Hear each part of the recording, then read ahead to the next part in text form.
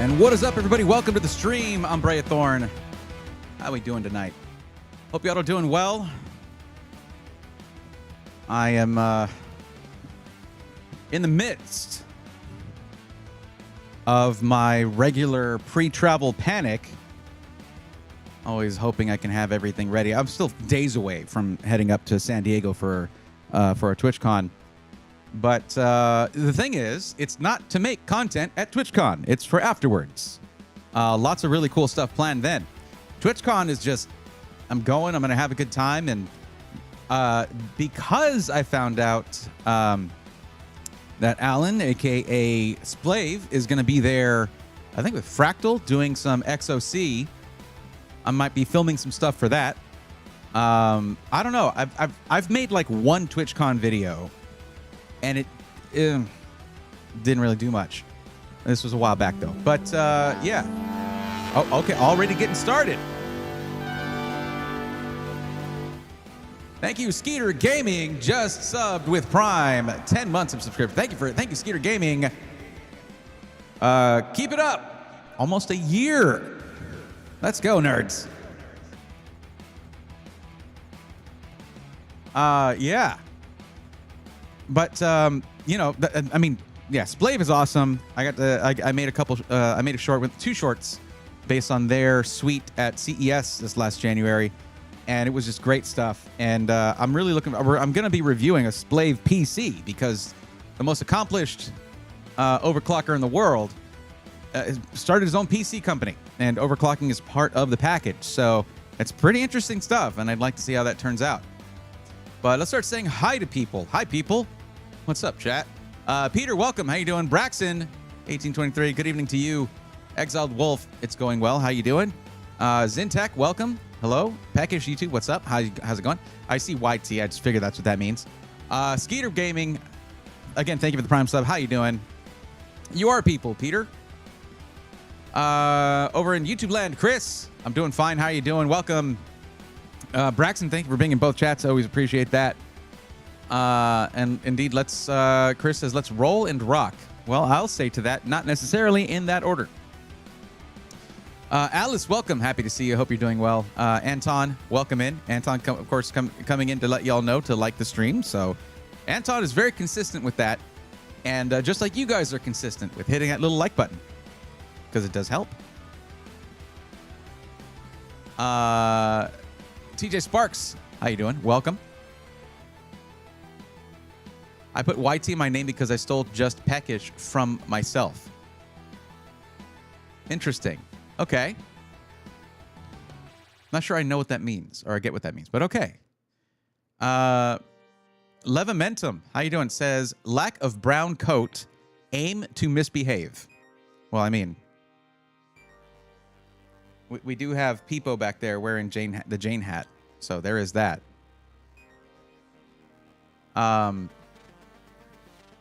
On an old account. Got it. Okay. Adam, how you doing? How many cooks can we fit in this kitchen? Well, I mean, I feel like I'm the cook and y'all are like the customers at the restaurant, right? And I'm cooking up some tasty computer info and recommendations. Peckish says that they're the waiter. See, I figure you'd be a customer because you're a bit peckish. I mean, right? I see the hat now.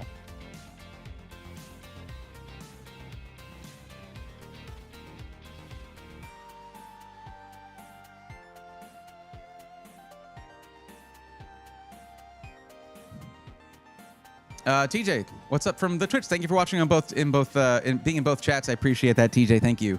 And Bone Shock, thank you for the lurk. Welcome. So, let me tell you guys some of the plans, and it's loaded, okay? To the point where TwitchCon is probably the calmer part of my trip. So, I did get confirmation back. I had a nice chat with Adam from PC World. And well, actually, you know, I'll get to that. First off, Thursday morning, I'm flying out to TwitchCon. I got to be there for the evening. There's a partner party thing, so I do like to go there to do that, to be there. And each year I know more people, which is fun and nice and fun.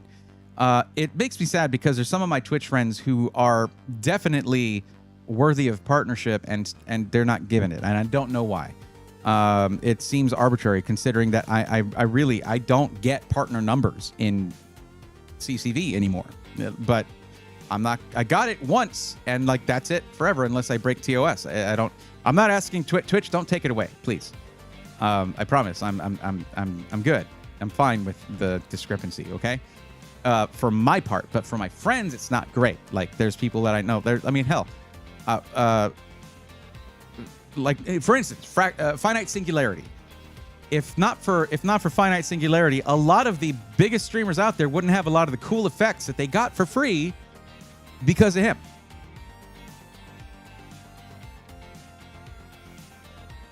So that's just an example. But anyways, I did find out some of my friends who I was expecting to go to TwitchCon are not. And one of them is Emmett, the speedrunner. You know, we've rated him a few times. He's a friend of mine, and I got to hang out with him last TwitchCon. We went to like a Brazilian steakhouse. It was awesome with some other friends, other streamers, and like Nutty was there. Nutty is super cool, super chill dude.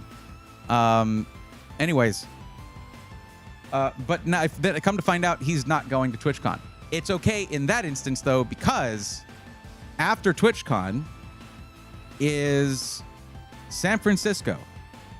So it turns out that things are too busy at SkyTech right now, so I'm not going to be doing a video with them. So that leaves, you know, the LA or, you know, Ontario area from out of the trip. I'm not going to LA this year for that area for the first time since I started going to TwitchCon. Other than the time TwitchCon was unfortunately in Las Vegas. Anyways, but no, so I'm going to be heading up to San Francisco the Monday after TwitchCon. And that is where Emmett is at. That's where Emmett lives. And also, that's where PC World is. So I'm going to be doing a lot of stuff the week after Twitch. So basically, not this week. That's started just now, but next week. Do you guys see Sunday as the beginning of the week? I do. I see Sunday as the beginning of the week. I've never questioned it until now. I imagine there's some people who think of Monday as the beginning of the week because Friday, Saturday, Sunday, well, Saturday, Sunday are like the weekend. And I guess that would make sense. I don't know if I'm qualified to speculate on this. So I'm going to go ahead and back off of that whole train of thought. I don't know. Anyways, so here's the plan. I go there Monday. Might be crashing at Emmett's, but I don't want to overstay my welcome because I'm going to be there for a few days. So I'm probably just going to get a hotel room. He did offer. He's like, I got a couch. You could stay here. And I'm like, you know. So the reason there's two reasons I'm going there. The main reason I was going there at first was I was just going to do a quick stop there to do a build stream with Emmett. That was it. Then I reached out to Adam at PC World, and he's like, dude, let's do the Full Nerd podcast. And then let's do a PC build stream on the PC World channel as well. And I'm like, yeah, okay, because Emmett has to leave. He's got like SG something, some speed gaming con coming up the weekend after, so he's leaving like on Thursday. So I'm gonna do Monday. I'm getting there, getting my bearings. You know, I'm taking a bunch of gear with me for the PC build stream I'm doing with Emmett because he bought a bunch of parts. We're doing a new PC build for him for his main gaming and streaming rig. He saw this one. He saw this guy, and he was like, do that. I want that. So we're doing something similar. But that's going to be just on Emmett's Twitch channel. YouTube audience. That stream is going to just be on Emmett's Twitch channel.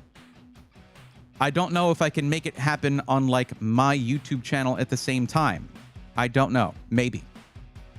Just heads up. That's going to be really fun. That's probably going to be Wednesday. Okay? Tuesday is going to be the Full Nerd. And then we're going to go do some, go to the Santa Clara Micro Center, buy a few parts.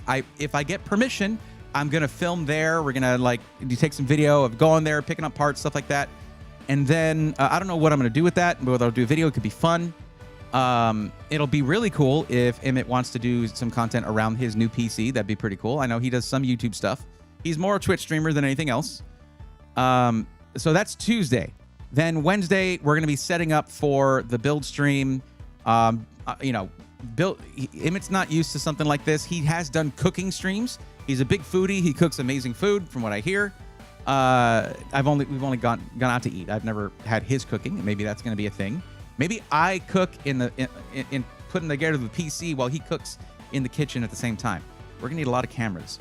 Anyway, but I mean, I'm bringing my camera set. I'm bringing lights, cameras, and action. I don't know. That just kind of came out. So that's gonna be Wednesday. Then Thursday. That's what I planned out with Adam. That we're gonna be doing a build stream on the PC World YouTube channel on Thursday. So all of you guys, if you're like, I don't want to miss this stuff, you need to be in the Discord and unmute the announcements channel. Even though I do at everybody in there, it's usually stuff that maybe if you like my content or the streams or stuff, maybe it's stuff you want to hear. So in the Discord is the announcements channel. All of the details for this stuff is going to be in there. If it's going to be on, like the stream's going to be on Emmett's channel, I'll throw a link for that in there when the stream's going to be coming up. I believe we're doing that on Wednesday. I don't think we're doing it sooner, but maybe. Maybe. But as you guys can tell, lots of flights, lots of travel, lots of builds. I might be Splave already told me, when I told him, dude, I saw that I was looking at the TwitchCon schedule. I was like, dude, you're doing 2 days of XOC at TwitchCon. I'm going to be at TwitchCon. He's like, dude, you need to come over. You know what he said? He said, I get to pour some LN2. I have never done XOC. I've never done liquid nitrogen SOC. I've never done it. So I'm really excited. Observer Thoughts, welcome. What's up? You're wrong. It's Monday. I'm not wrong. It's just that's how I see it. But thank you, Anton. Tech Blacksmith, what's up? Welcome. Empire of Noise, welcome in. Wish Santa Clara Micro Center was worth a drive from Sacramento. Well, the thing about California is like Texas is just like big, like in terms of like just air. It's not a circle or something, but it's all, you know, if you're in the center, whatever. Texas is oddly shaped too, but California is just like long. So you could have now you have 2 micro centers in California, and Sacramento still not that. Actually, I don't know where Sacramento is. Where is Sacramento?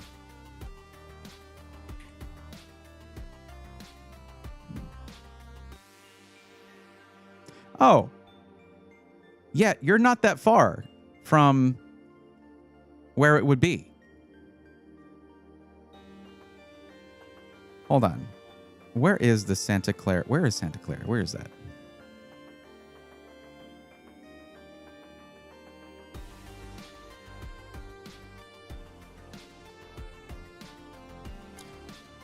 Yeah, I see.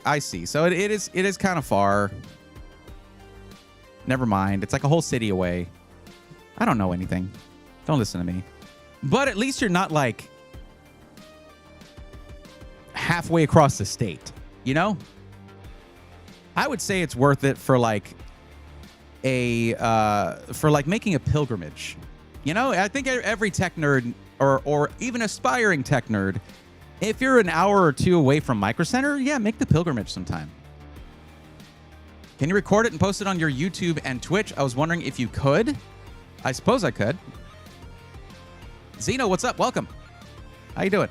I have a question for you when you have a sec. Sure, Braxton. Sure. Just you can put it in chat or send me a DM. It's like 2.5 hour drive, sometimes 4 in traffic. I mean, I guess that's something to consider as traffic as well. I've never driven in San Francisco. I don't think I want to either.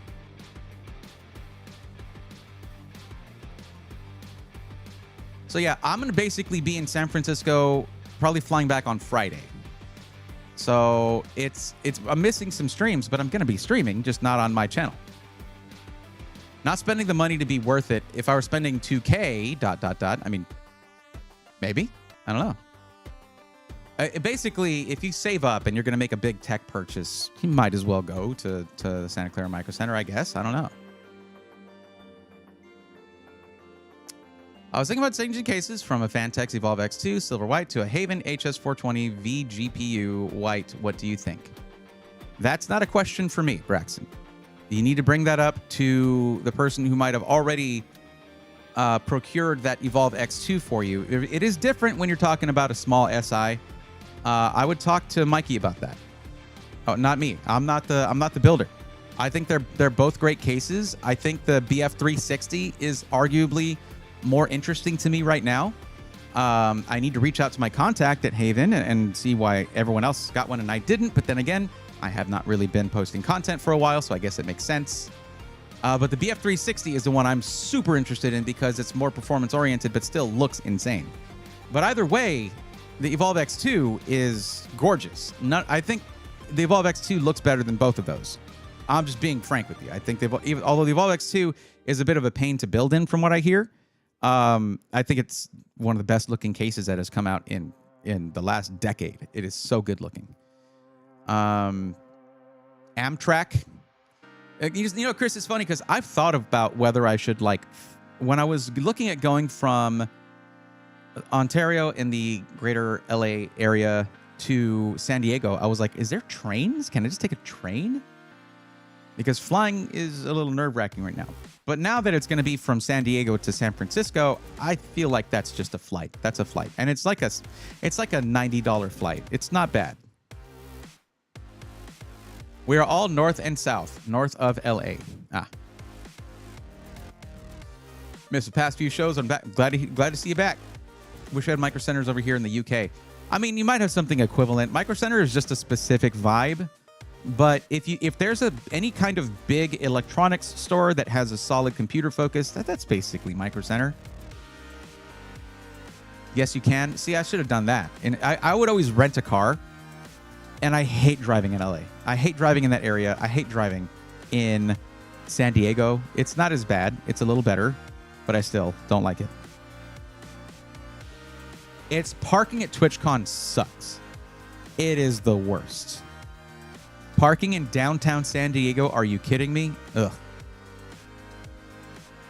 My last job, I was in a box truck driving around the business district, and it was stressful. Business district of where? Oh, of San Francisco? That sounds stressful. Have you been on BART? John, what are we talking about? Also, hi, John. I hope you're doing well. No, I heard it's had heat issues, the Fantex. I think it looks awesome. Heat issues? I hadn't heard anything about that. But look, it's your PC. You're spending a ton on it, and just talk to Mikey, see what he says. Look, the thing about it is this, Braxton. Mikey is very responsive in terms of, like, you won't, like, especially for a customer, like, he'll respond to you. And now here's the thing. It is also late on a Sunday night. He does have family, so I wouldn't bring it up now. I maybe bring it up tomorrow during, like, business hours, the day. But you can't expect Sunday night, yada, yada. I wouldn't expect that from anybody who's running a small business. Spend time with your family. Like, that comes first. But yeah, I'm not the person to ask though, Braxton. I would talk to Mike, and I think he does. I know he likes the HS420, but understand that that's going to change several things. For one thing, I think the HS420 is more expensive. Plus, the vGPU one is a little bit more, and it doesn't really benefit thermal-wise, as far as I understand, from the Gamers Nexus review. But also, more fans are needed. All of that. So you can also fit a 420 millimeter radiator in there. So if he's already ordered a bunch of parts, I don't know. I don't know what that's going to... I mean, he can probably return them, send them back, whatever. But understand that most small boutique builders don't have a giant warehouse full of parts that they order in bulk. They might work with distribution to get small quantities of things. If they're a bigger, smaller SI, I guess, if they've been around for a long time, stuff like that. But there are multiple smaller boutique builders that just order parts per build. And I imagine that some of that could be sent back, I suppose. But, I mean, yeah. So that's why I'm saying it's not up to me. That would be a question I'd run by him. But if I were him, I would say, yeah, I'll do it. But I'm not. So I can't speak for him, unfortunately. So, okay, guys. Okay. Yeah, okay, cool. 420 millimeter AIO is so debatable if it really helps that much more. Hi there. What's up, Araxinus? I have a 420 in this thing. That 265K under full load, I can't get it to go above like 75 degrees. I love it. And because of the larger fans, it's quieter. I really like 140 millimeter fans because as you swap out 120s for 140s, one after another, it gets quieter and quieter. The airflow is still awesome. Yeah, if you can do a 420, you should. IMO. Just looking for input. I feel you. Okay.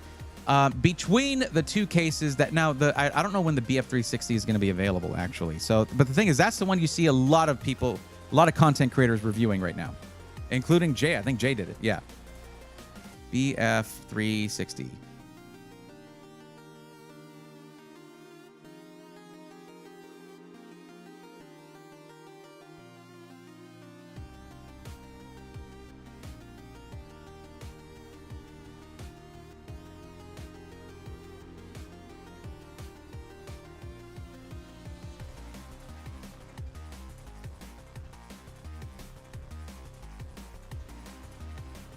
I don't see it for like shopping. Here we go. Okay, so it's available directly from Haven, but is it at any retailers? Let me check Amazon real quick. I'm not doing that on screen. Amazon likes to try doxing me.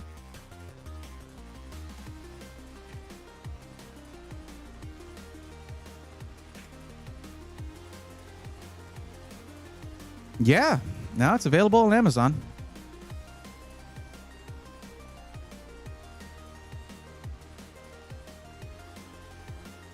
I will say there's a very, very big difference in terms of how much glass there is between the... Here, I'll bring up a couple images here.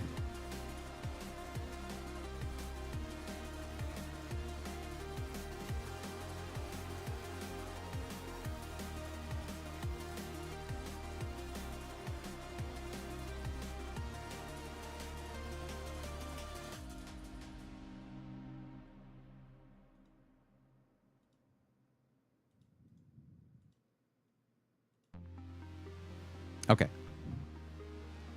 So that's the HS420. And this is the BF360. So there's a lot less glass, but this is a lot more performance oriented. If you're concerned with the airflow in the Fantex case, that Evolve X2, well, this one with the sort of GPU sort of setup there with the glass there, I mean, from what I understand, it's good, but this doesn't make much of a difference. Like, this is designed for I don't know if this is designed for intake or whatever. They certainly set it up a certain way. I remember in the Gamers Nexus video there was like instructions on how to do it. I don't know.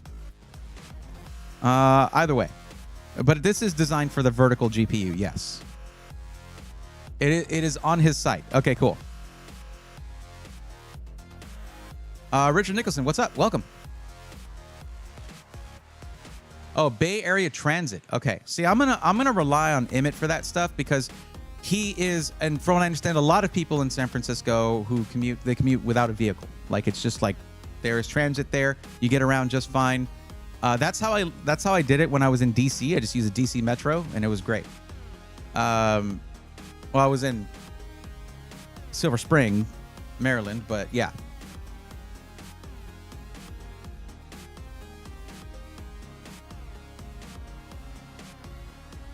Good point. 140 millimeter fans let you run them more quiet. They do, yeah. That's one of the reasons that I very quickly, I was quick to recommend the Tower 600 to Emmett, who is another streamer, because fan noise can be a bit of an annoyance if you don't. Well, I mean, he does use a SM7B, so that helps with, external noise, but still. Looks like we do have an ad in progress, but yeah. Rear intake reminds me of Falcon Northwest.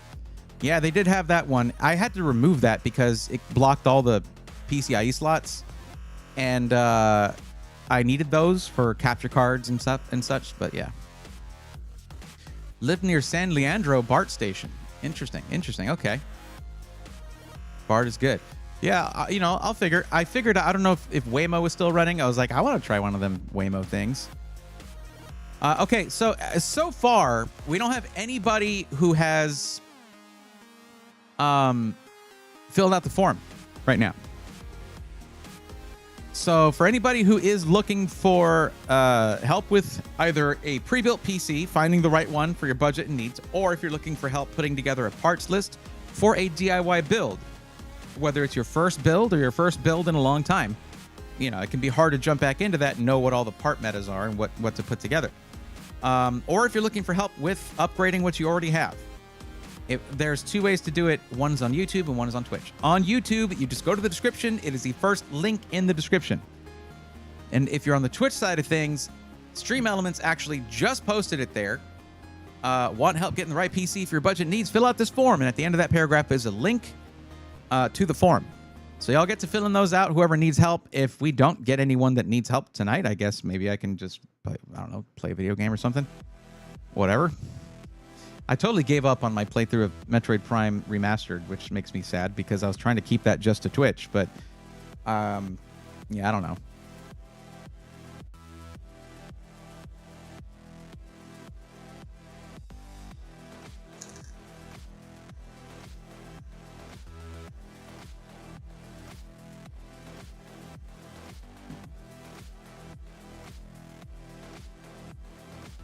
So,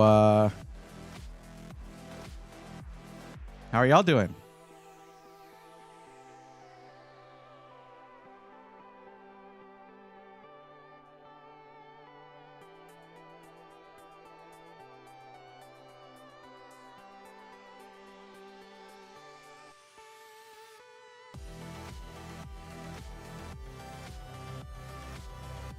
I am doing. What's going on? Just all the stuff I said before, I guess. I don't know. What am I? Audio levels look good. Okay. So here's something that's fun for me anyway. So I was thinking about the fact that, like, when I'm doing a PC build stream, I use my head-worn microphone, and I just got the new one from Rode, and I was like, what am I going to do for Emmett's stream? Because I guess I have the Samsung one, and I could lend him that one, but it doesn't sound as good. And, oh, hold on. I looked it up and I found some, because I was like, I've had this idea before. I'm sure someone's done it. And lo and behold, Rode has done it. So what I have are these. These are...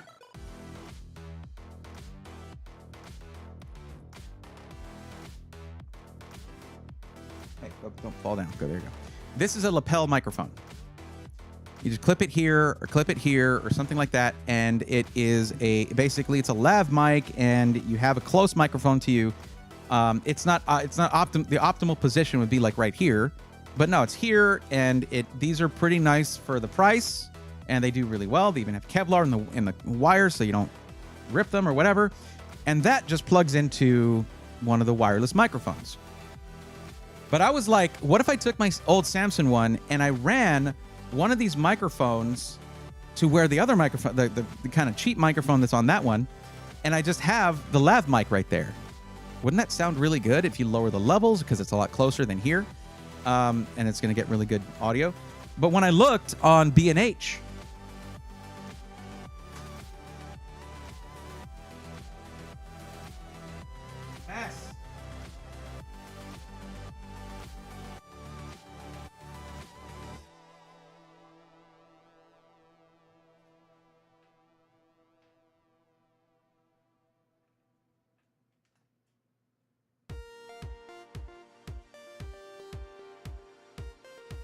I found out B&H already made that. It's just a little bit rough, but that's what it is. Hold on. I will show you.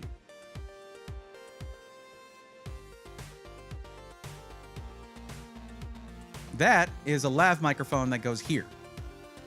So it puts it like close to your face. And this was like this frame thing, that's all it is. It's just a frame with a little cable management. It's like 20 bucks instead of the cost of this one.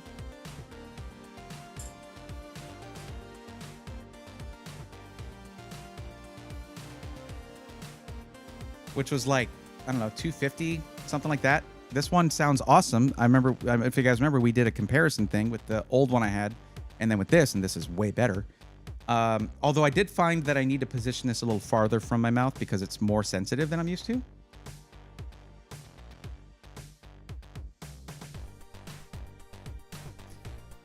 Which I think I just did.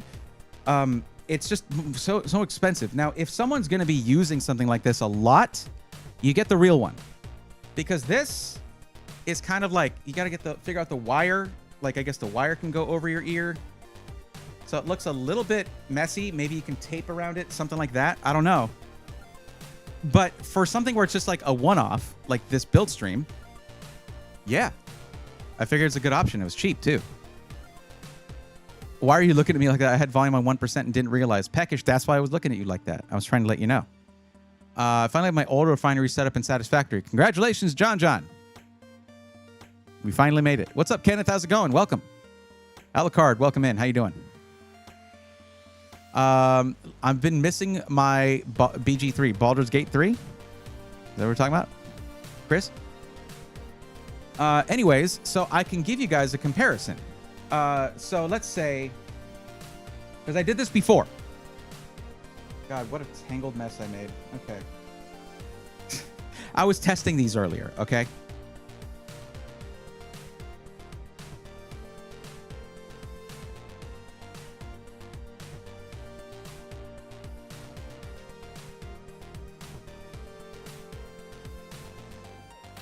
See, I liked this one because it has a larger mic diaphragm than like any of the... let's compare this, okay? This is the Samsung that I bought first.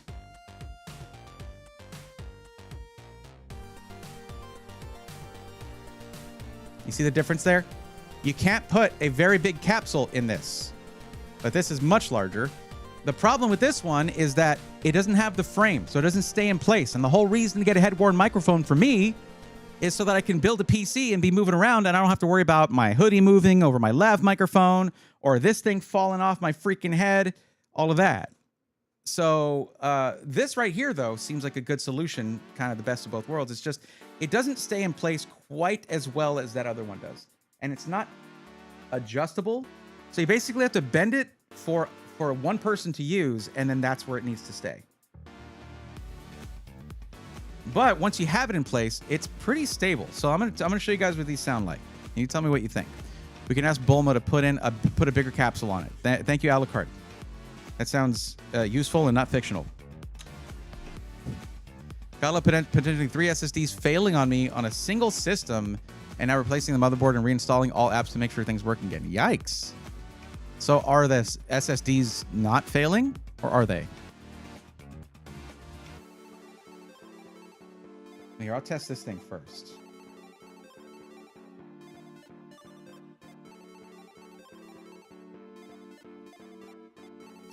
So, I know you guys probably don't care about this stuff. But, like, nobody's filled out the form. Doesn't hurt nothing. We'll do some just chatting and just chat.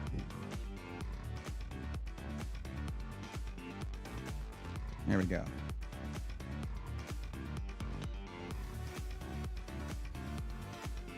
I already got that.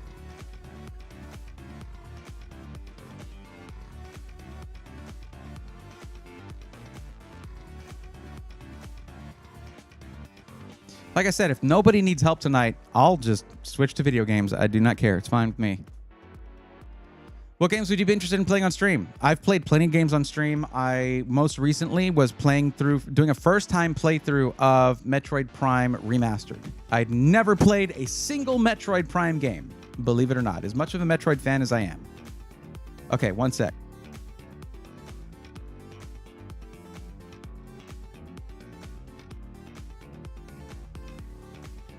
Okay, check. Hold on, actually, I'm not wearing the mic yet. 1 second.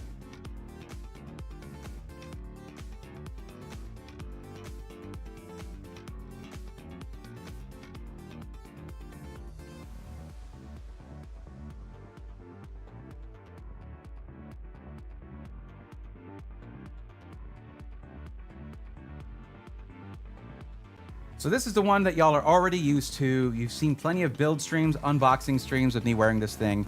It's a little out of its alignment from where I normally have it, but it never sounded bad, but it never sounded good to me either. For the price, where this thing was like $90, awesome. Okay, really good for a first time solution for that kind of thing. But let's compare that now to this thing with a lav mic I already had and like a $20-$30 frame thing. That's all made by Rode.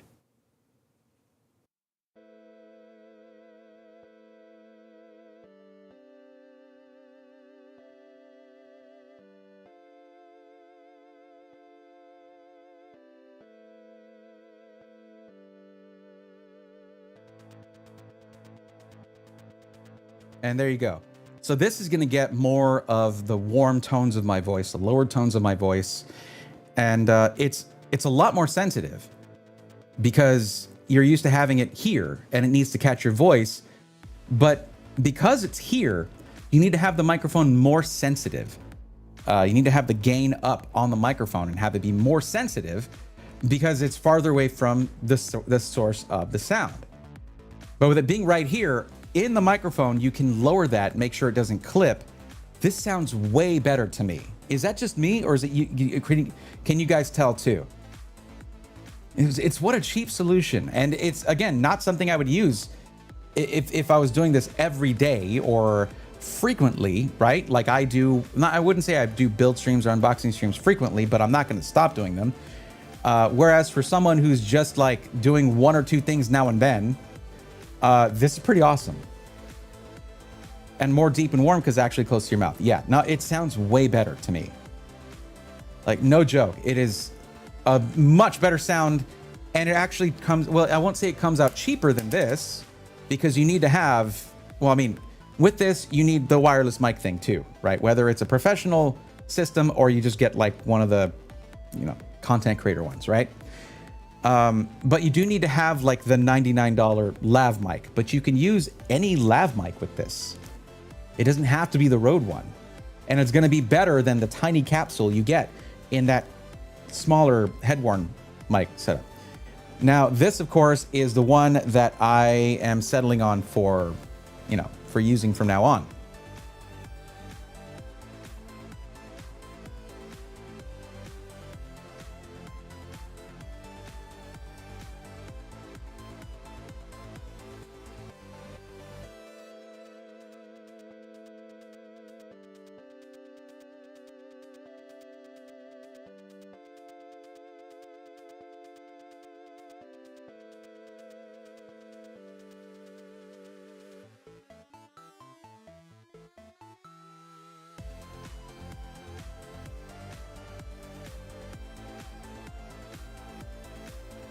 This is the one I'm going to be using from now on.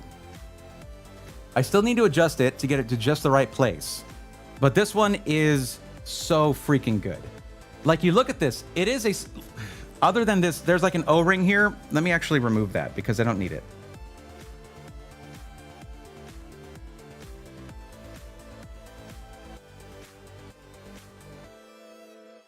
Or just move it back. I mean, look at the size of that. That is tiny. I don't know how it sounds this good. I have no idea how it sounds this good, but it sounds really, really good and rich and nice. And it's very comfortable. And I like have to do my final adjustment on it to get it. But after I do that, this is steel. This thing is steel here. Like, it's going to keep its shape. So yeah, now as Peckish said, this one does sound less deep, but what I can do is I can go into my EQ and I can sort of massage that a little bit. And I can bring out the deep tones because it is capturing them, but not as strongly as, a capsule that looks like that. Like this. I mean, that's a much larger capsule. So, and this is, to me, more stable. I'm not going to be fiddling with having the cable management in the right place. And it's very comfortable because the part that goes over your ears on this one, like compared to the Samsung one, check this out. This one has metal wires that go over your ears. Stiff metal wires that go over your ears, okay? Look at this thing. I'm actually going to switch back to my regular mic.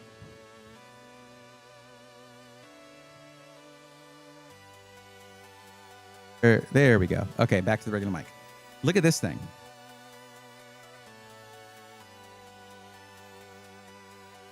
Nice and comfy.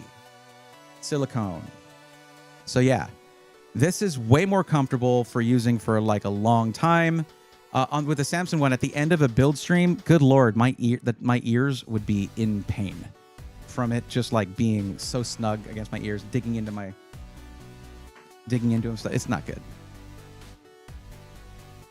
Regular mic actually sounds worse, but is more deep. Are you talking about what, this? You're saying this sounds worse than that? I don't think that I would agree with you on that. The thing is, I have some of the highs cut out of this. Because with the proximity of this, it's too easy to catch certain mouth noises because those mics are not in front of my mouth. So you get a lot of, here, I have to emphasize it so you hear it. You get a bunch of that stuff if you don't have some of your highs cut out. So, you know, the thing about it is, when you start getting into content creation stuff, it actually becomes important to start paying attention to things like this and understanding that what works for one person's voice doesn't work for everybody's voice, okay? But it is good to be aware of those things. TPM. Oh, geez. Okay, I was missing that. Sorry, Alucard.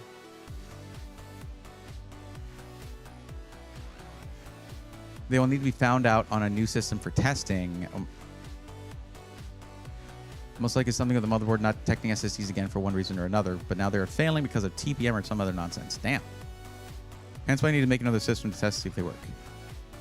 Alucard's like, oh no, I need to build a computer.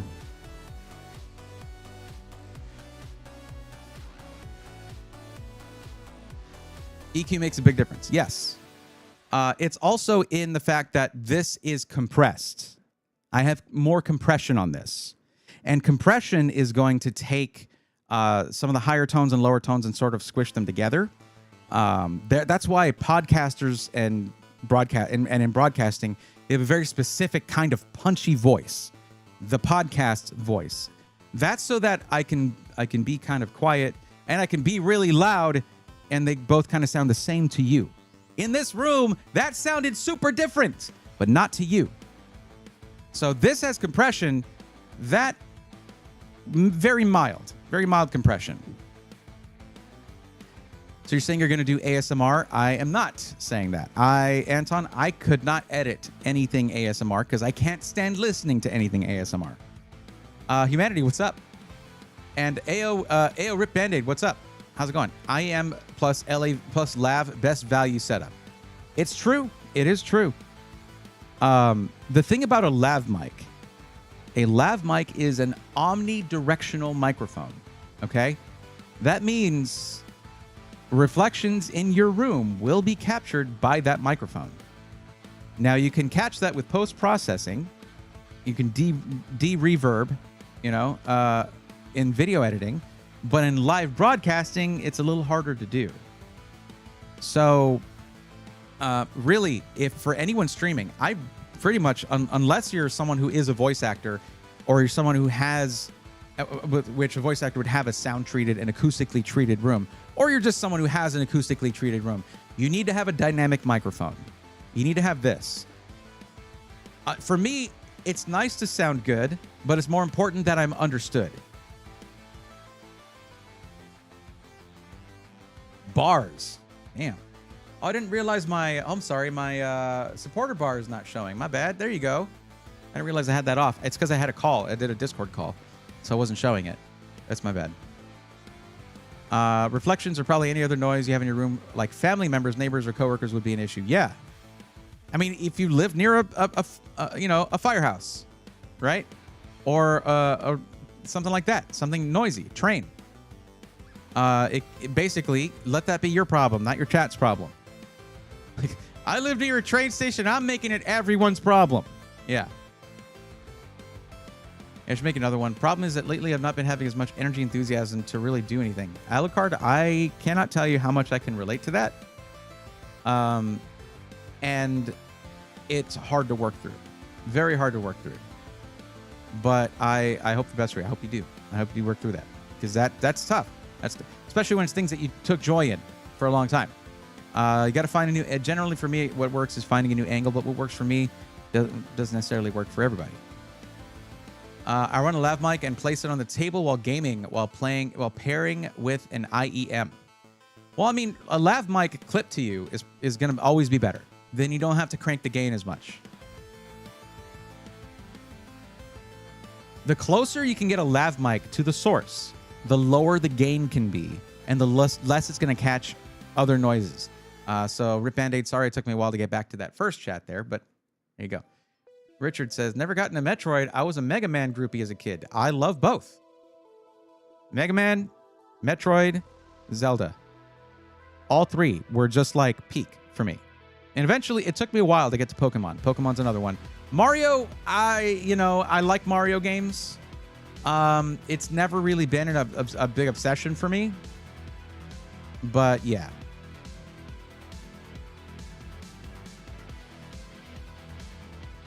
Still no form filled out today. Oh no. See, last time I was like excited because people were actually filling out the form. And I was actually helping people on that Sunday stream. I guess it's just going to be hit or miss, I suppose. I don't think I should be too surprised by that. But at least we got people here. Hey everybody, I'm reporting from Noah's Ark. Sailor, is it raining a lot out there? Is that what's going on? So stay safe, friend. I think problems because all the sales are over at this point. I guess so. I mean, not really. I mean, we were looking at. Am I still zoomed in? No, I wasn't. I think the problem with my current setup is I can move my desk closer or farther away, and I'm used to having it a little farther away than I do now. So I'm more zoomed in than I'm used to. But oh well, here we go. Hi. Yeah, I don't know. Like, I still see insane prices at Skytech. So I need to stop letting them be sort of the litmus test for that. I need to look around more. Honestly, with stuff coming up and me trying to get this whole PC up and going, looking at old projects, trying to get things that need to be published ready for that, I haven't been too keyed into what's going on. I do know one thing. Powered GPU just had a big announcement today. They completely refreshed their brand, their website, their lineup. They have a new COO and a bunch of stuff. So yeah. Plus massive tariff increase November 1st. Yay, because that worked so well before, didn't it? Your prices will not go up. It's now you don't pay for it. And everybody's like, okay, cool. But why are the prices going up and why are we paying for it? Oh, hey, I just did a Google search and I found out that we pay for it. It was like really the quickest thing. It took me 15 seconds and I found out that we pay for it most of the time. Unless the company, the company here swallows the costs, which hurts them, which is why they've been laying people off. So people losing their jobs. What are you talking about? What was all that stuff you said? It was all actually super wrong. Oh, hey, well, you're wrong. And what, do you hate America?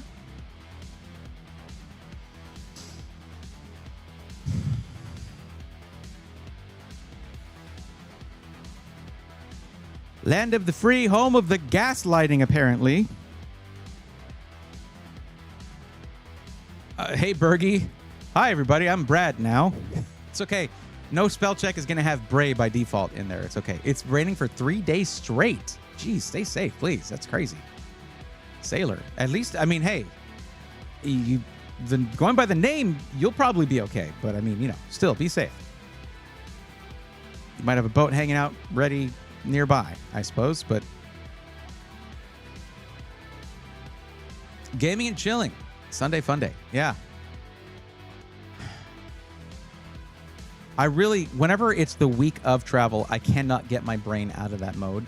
So I'm just like, what do I need to do? What do I need to have? Do I need to order anything before I go? Am I missing a cable that I need to get because it won't arrive on time if I order it tomorrow? That stuff is just in my brain. Newsflash, delusional horde of zombies are not aware of reality and can't make good decisions. More than 11.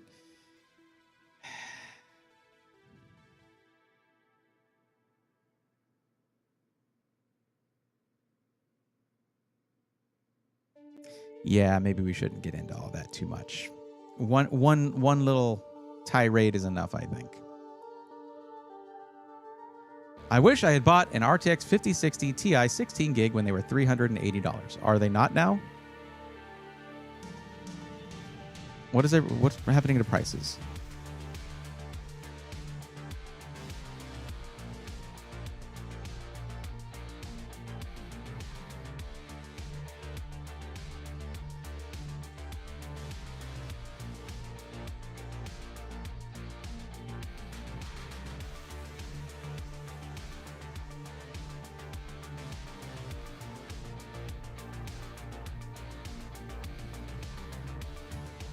Lowest price 16 gig that I see is $417.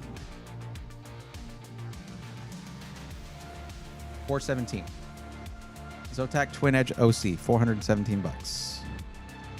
Available soon. That's super helpful. Newegg has it now. Try again. Try again next time, Amazon. So close. But yeah.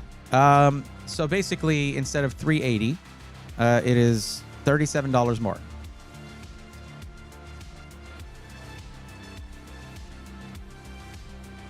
That's not a complete deal breaker. $37 is like one Grubhub or DoorDash order, right? If you're lucky. But yeah, it's not good. It's certainly not good. Because the lower the price, the general price of a product is, I mean, something like that, it's a decent overall percentage over MSRP, right? Let's see, what are 5070 Ti's running right now? Hey, how about clicking on that? Because that's what I'm doing, is clicking on it. 5070 Ti, 750, all over the place. I see 4 different cards at MSRP for 5070 Ti's. So, like, we're still cooking. We're still good on that. I feel your pain. Drove with my wife and daughter 6 hours.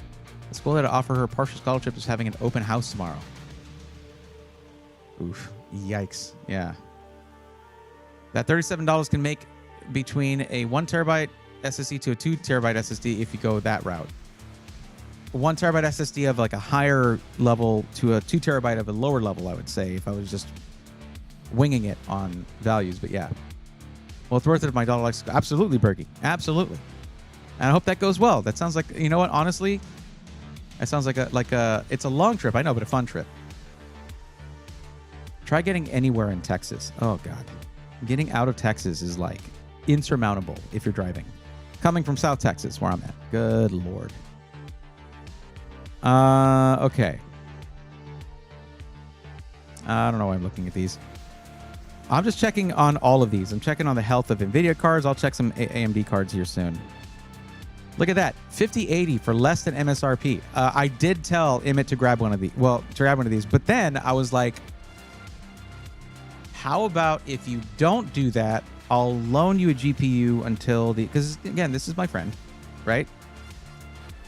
I figured if he's the type of person who would be bummed out that 2 months after he built his insane new PC, new GPUs drop, right? So I was like, what if I lend you a GPU until the super cards come out? And if you get once you not like you then once they're out, you have to send it to me or whatever. No. I'm like, if you're able to pick one up at the when they launch, then then I'll take it back, and then you could upgrade to the like 5080 Super. So I need to verify with him whether he did or not, but lower than MSRP is nice. It is pretty nice. There's some good ones under $100 for a 2 terabyte SSD. I mean, it depends, Alucard. The thing about it is, I generally try to get people on, although HMB it's fine. It's fine. I try to get people on one with DRAM cache. If I find really good ones with that have onboard DRAM cache and solid speeds, solid longevity that are less than $100, I would be thrilled. But the closest to that has been Inland Performance Plus, and I'm cool with that. Those are really good.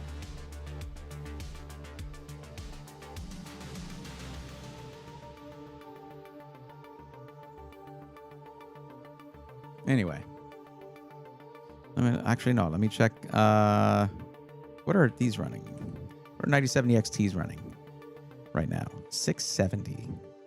What was the original MSRP supposed to be for the 97?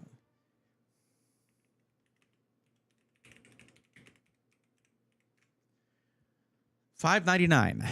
So $70 over MSRP is the cheapest you can get a 9070 XT for. Like, why put these in the list? Why show these? They're out of stock. It just lets us know, hey, so you're supposed to get something for $13 over the announced MSRP, but you can't. Cool. Thanks. But non XT. $550. There you go. Though, what I want to see from the 9070 is I want to see that go down to like $499. There needs to be more separation between... Now, you're talking about $130 now between a 9070 and a 9070 XT rather than $50. That does make this one make a little bit more sense.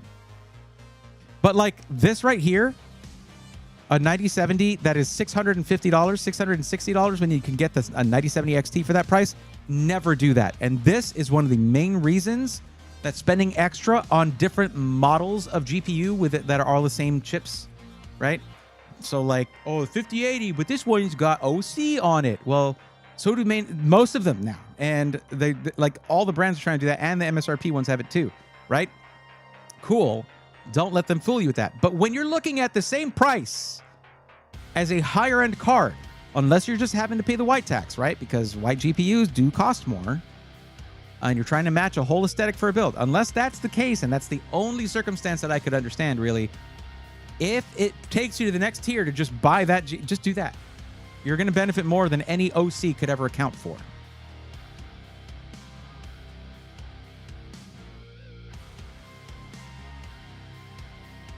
Who's looking at a 9060 XT for $557? That is the price of a 9070. No. That's what I'm talking about, man. What's the lowest price 9060 XT? That's where the prices ended, so... wait, what? Oh, that's the 8 gig. Oops. $350. That's pretty freaking solid for a 16 gig card. $350. Really solid.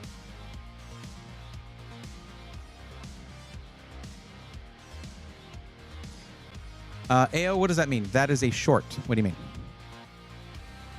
Like a YouTube short right there? Like that should be a YouTube short? Is that what you're saying? Or a TikTok? You guys can clip this stuff. There's a button to do so. Because then I'll be like, oh, there's a clip for this. Oh, I could publish that. Do my work for me, please. So apparently, this is a thing that I saw someone talking about how they do this. Because they're a content creator and they're like, well, I don't want to do short form content.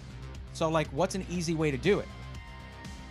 And apparently, whenever I would see the little Opus clip watermark on a video, I'd be like, no, is this AI? I don't want. What is this?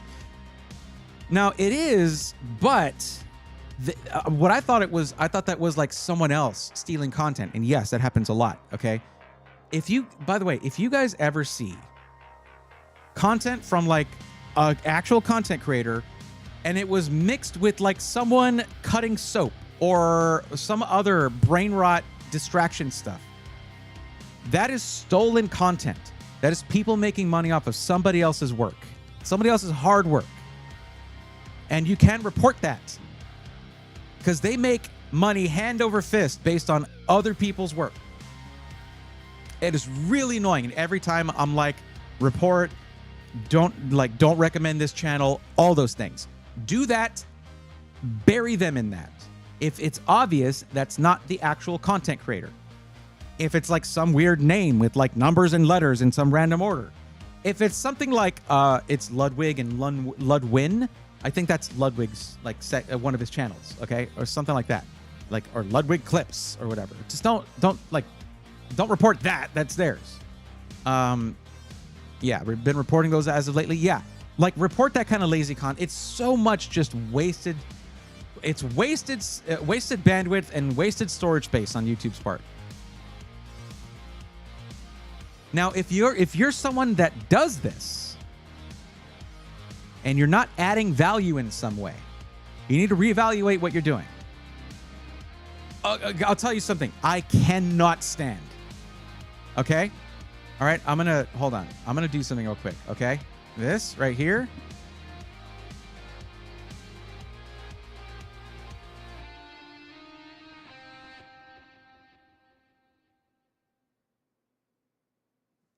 That's not content. That's not contributing. If you're just at the bottom of the video doing this, you don't deserve a dime. Figure it out. Do anything else. Don't do this. Don't do this. And just post other people's content and put yourself on the bottom doing this. You waste of space. What is wrong with you? There we go. All right, back to business. I hate those. I hate them. And it's not even smart because that's where all the text is. Your face is where the text is. Yeah. Well, no, do not overclock your 5080. You just got it today. It's like buying a new Corvette or a new sports car and immediately putting a turbo in it. You just enjoy it. You won't ever know what the difference was. You need to play it. You're probably never going to have to overclock that thing. Overclocking is, it doesn't really make any sense. Personally, if it's your first time with a GPU of that caliber, just enjoy it. And congrats on getting your PC, Will. Sorry you came in when I was yelling.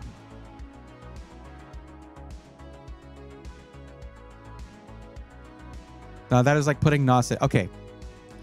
I guess Araxinus, it is like putting NOS in it. Yes. Okay. So you give them the finger? I didn't. I mean, they're just doing this. They're just pointing up like, don't look down here. Look up there. This is the person who's stealing that person's work. Look at their work. Don't look at me. Look up there. Now, if it says like Stitch incoming and they have commentary, all right, that's content. That's content. Yes. That's fine. That's good. But I cannot tell you how I freaking cringe into infinity when I see these. It's just the laziest, most nonsensical garbage. Like, do they link the original creator? No. Would they want to? No. Watch their channel. Click on their face, their avatar. Watch their stuff. Give them money. They had to download a video or just like stitch over it and put their face over it. Do you know how much work that is? That took like 3 minutes. But we all love to put our car on the dyno. Most normies don't run benchmarks. What's up, Tanmay? Two presumptions right there. For one thing, I will say that more people are running benchmarks than has ever been a thing before because the content is everywhere and accessible to everybody. I mean, back in the day, benchmarks were really just for pure enthusiasts. Now you can go and get them for free on Steam. So yeah. As for putting our car on the dyno, yeah, but like a brand new car, take a classic car, see how much horsepower it's lost. Or you're doing modifications to a car you've had for a while. You want to see the performance increase, go for it. But when you just bought a brand new PC, run what you brung. Just run it like that.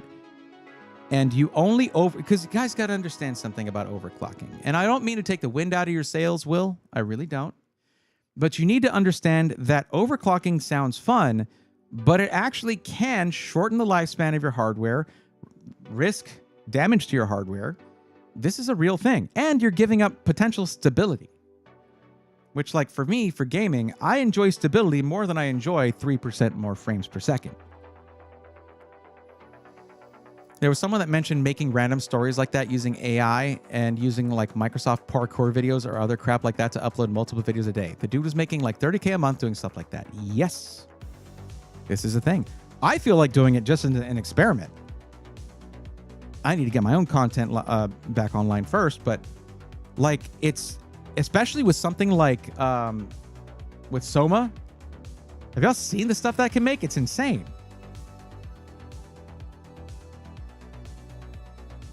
Yeah, but stolen shorts are the worst. Yeah, no, I know. I mean, like short a stock. Oh, okay, imagining if your friend sold the GPU you lent immediately and buying the same GPU a month later when the prices go down and give it back. I guess that is like shorting a stock, yeah. Because when you say that is a short, in quotations, to a YouTuber, AO, you got to understand my immediate thought is content? Content? What? Sometimes I have to specifically tell people to run the system stock for a week or so. Run it stock for a year or so. Like, there is zero reason to overclock your brand new PC. Other than, I mean, stress testing it, I guess, but regular stress testing is plenty enough. My thing is, it's already going to be faster and more powerful than anything you've ever had before. And then imagine that. Imagine this, okay? Enjoying that for a whole year or two until it starts to get to a point where you're like, I'm kind of bored with it. I want to see if I can tinker with it and get more performance. So you have an understanding of what its base performance is. You know maybe where it's lacking and maybe where it could be improved. And then you get to have that same feeling all over again after putting in a stable overclock, and bam. Now, on the other hand, there are certain things where, like, someone might want their PC overclocked right out of the box. I understand that, okay? You just want to know you have the fastest thing. Well, that's when, you know, that's where what I'm gonna be looking at Splave PC for, because that's a place where you can get that done, and some SIs do it as well. But Splave PC is run by, you know, the winningest overclocker in the world. Okay, so like that's a whole other story than just someone who has an overclock profile that someone at the company made and they just load it on there. Now, of course, if it's all going to be the same hardware, I'm sure Splave's going to do the same thing, but he's going to spend a lot more time on the overclocking profile, min-maxing it. Benchmarking just helps me out to make sure that things work properly. Yep, as well as something to show my PC buyers to show what it can do under heavy loads. What I like in 3D Mark is that it will show where you are amongst other PCs with the same specs, the same specifications. And that was one of the ways I knew that that the bifurcation in this one Skytech PC I got on the 4090 was really making a difference, because this was where the average was, and like this PC was scoring way down here, out of the range. It was like in the bottom of the range. And once I switched it to where it wasn't bifurcating anymore, boom, no problem. I am a paranoid underclocker. You don't have to underclock. I mean, you can actually undervolt and get performance increase, although stability can still be a thing. Really though, run it stock. Like, this stuff works great. And that's because I ran my 4790K for years on a stable overclock. But that's one thing that CPU was known to be able to do. Silent Furies, thank you for the lurk. I appreciate that. Wonder what would happen when Kingpin would start doing things again. Well, Kingpin's on the hardware side. Kingpin doesn't do pre-builds. What you have with Splave, what Alan's doing, Alan is like, he is like nitpicking. He's cherry picking the best hardware, his favorite hardware to work with, and then just working with those companies to just say, all right, I need a bunch of these and I'm gonna build a bunch of PCs with it. And that's what he's doing. It's really cool. He has a specific PSU, specific motherboard, specific RAM he uses, all of those things. It's very, very cool. That does mean you don't really get to pick all your parts. That's been done for you. So, yeah. Better efficiency and possible longevity benefits. True. A ton of Warhammer what if videos are made that way. Really, Sailor? Like with Soma, like that kind of thing with AI, that's fine. If it's something that you can't produce on your own and you need fantastical imagery, that's cool. I totally get that. I'm worried about impersonation. That's what I'm really worried about. It's funny because if you follow actual Carter PCs, he's been posting Soma clips that people have been making of him, and they're freaking hilarious. But because he's posting them, it's like tongue in cheek. It's like, this obviously is not me. I'm not getting arrested for stealing RTX 5090s. But it's also showing where the technology is really lacking. Like really lacking. In terms of where it places him versus a background and certain things like that. But the funniest thing, I don't know if any of you guys watch Carter PCs, is that he uses the same clip for at the end of every one of those compilations. I guess people like to put him at a Ring doorbell or whatever, and it's just him real quiet looking at through a door, like a doorbell camera thing, being like, Carter here? It's just great. It's funny. I'm gonna look one up. I'm gonna look that up.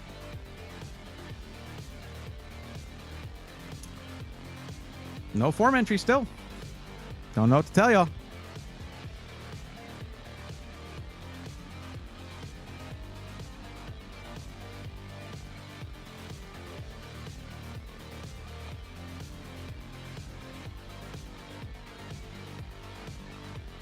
I wonder when Ellen Pan's going to publish another video. It's been a while.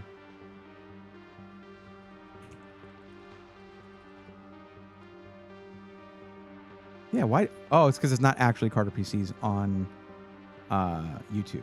It's just Carter PCs.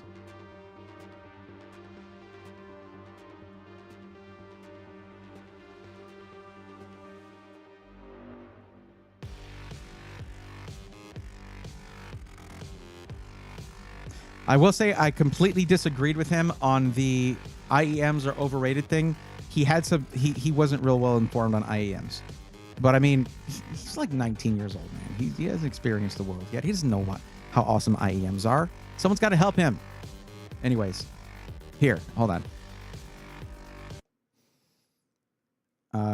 There we go. All right. Need to make sure that y'all can hear this. Hi there. Barbershop haircut that cost a quarter. Lather and shave with the hot towel. You have stolen RTX 5090s and PS5 Pros from Best Buy. Someone stole my Legrand in 6.7 and steal a brain rot. Hot towel water. Hot towel water. Brand new gaming PC, top of the line. Oh, really? Thank you. All yours. And this one is for you. Water cooled, full RGB. Fresh batch of fries right here. Put the fries in the bag, bro. What? Say that again. No, you're not gonna talk to me like that. Better hope the manager don't see this. 6, 7, Get back right now. 7. Did you know if you double tap on the screen, nothing will happen? Nothing. RTX 5090. RTX 5090. Yo, Nog Gang, let me in. Carter here. Yeah. I don't know how loud. I don't know if that was loud enough on the YouTube side. It looked like it was okay on Twitch. But yeah, so you see the Sora, not Soma, Sora thing kind of bouncing all over to let you know this is AI. The thing is, there's been things in the news where you have someone who's like in a position of power who's like talks about an AI video as if it's real, and it'll actually say fully AI generated along the top. Like, boomers aren't ready for this. Boomers are not ready for this. And I don't know what we're supposed to do about it. What about my CPU? Should I undervolt it so it can stay at stable temperature? No, it should stay at stable temperature anyway. And I mean, just again, just test it as it is. You know, you can get you can basically get Hardware Info 64 for free. You can get Cinebench R24 or 2024 now they call it Cinebench 2024, and you're basically going to be putting your CPU under an unreasonable load. and see how it turns out. Like when you run sensors only, yada yada, do it, run it for the 30-minute run and see how it does. But like you don't have to do that. You know, you can also in Steam, I forget, guys, do you remember what the Steam command is to bring up the telemetry? Can anybody remind me what that is? I lately flagged the videos about the spam phishing attempts related to Elon Musk giving a certain amount of money more often than anything else. More than anything lately, short form content is starting to become just sad. Yeah, I don't know, man. I don't know. Like I need to change my short form content game because I try to make it too polished. And I don't think people are looking for something that feels like, and I watch it and I'm like, when I'm making it, I'm like, this is cool. This seems entertaining and cool. But then I watch it and I'm like, is this an ad? You know, like this feels like it's now if it's a sponsored video, yeah, all right. That's fine. Like I did that one for Height and it was sponsored. And I said, Height sponsored this. Here you go. But when I watch the really successful short form creators, you know, Carter, the Poets, these guys, it's casual. They are casually talking about tech. It is not produced like in an insane way. It's just, all right, so I was doing this with this technology, and this right here is a Threadripper. You know, Terrence is awesome, by the way. Always like I've run into him, I don't know, 36 times now, and every time, absolute class act, super nice guy. But yeah, I've seen him making his content, and it's just, he's literally just talking and pointing a camera at something. It's that simple. Why am I overcomplicating it so much? Or Zach, look at Zach. Zach just sits there and says, blah, blah, blah, blah, blah, blah. This was a YouTube comment, and let me respond to it. That's all and then the editor will go in and put clips like B-roll or something like that, and that's cool. But like the concept is just upload shorts, do it. Here, talk about this, talk about that. Read comments, answer questions, upload shorts. I gotta, you know, if I do that, I will stop being plateaued like I am. I wouldn't be plateaued if I'd kept consistently posting regular long form content. But I feel like I'm going to get to a point where certain companies who used to look at me like, oh, this guy would talk about us. We're a pre-built company, whatever. Like if they're following that formula, they outgrow me. And it's like, they're not going to care if I have constructive criticism for them. The good ones will. In a certain light, I need to grow in order to do good in the industry. And I have to think of it that way. I've looked at it and been like, it's okay. It's okay. Like, don't force anything. If you're not ready to make content, if you can't make content, you need to not like beat yourself up over it, you know? But you know, at a certain point, if I want to maintain my efficacy within this industry, I gotta grow. I have to do it. Why are we looking at Sora Carter PCs? Because it was something that was funny. It was something that I saw that was really funny, and I wanted to show it for those who hadn't seen it. Make Braytron videos. Yeah, okay. I need to start with the Braythorn videos first, but yeah. Forget boomers. I am not ready for it. No problem, Will. If it works, don't fix it. Yeah, if it ain't broke, don't fix it. Right. You could cut pieces of live stream and post as shorts. See, what I'm wondering is if this format you're seeing right here is conducive to that. It might be too narrow. I might want to change my formatting a little bit, maybe like this right here. No, that's even too close. I need to back out so I can zoom in and clip and do stuff like that. Now here, this isn't bad because I can show this in the bottom and then have this on the top as I'm talking about something. I can show chat in the bottom or show B-roll or whatever. But yeah, no, I've thought about that. I've thought about doing, taking clips from this and doing shorts. And there's been a couple times where I'm like, I should clip that. That's a short right there. Short form Q&A videos like how Roby or Zach do might help out a bit, especially for pre-builds. Yeah, I know.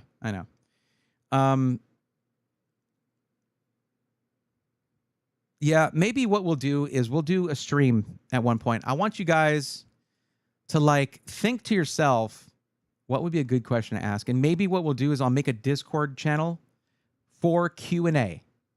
And those will potentially go into a Q&A video. Q&A shorts. Let's do it.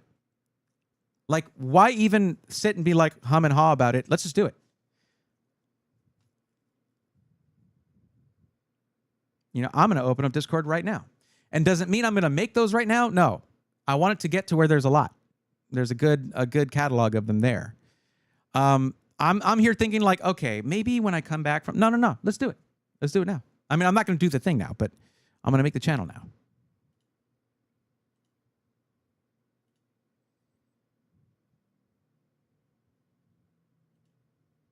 I'm also going to be, and I've already started, I'm making an effort to be more responsive in the Discord.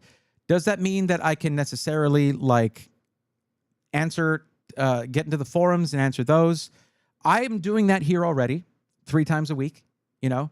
And also I want you, Alucard, and you can pass this along to the other techies. If there's ever anyone who's waiting for a while or they're overwhelmed, y'all can always remind people that they can take that form they filled out and just bring it here. Or I can go to the Discord and find it, maybe enter it. Maybe they should just refill out the form. But either way, y'all could even link the form for them and say, hey, all right, Sunday, Tuesday, Thursday, 8 p.m. Central. Because I need more people to help out here. So if it's been busy in the Tech Questions forum, I can always help out here.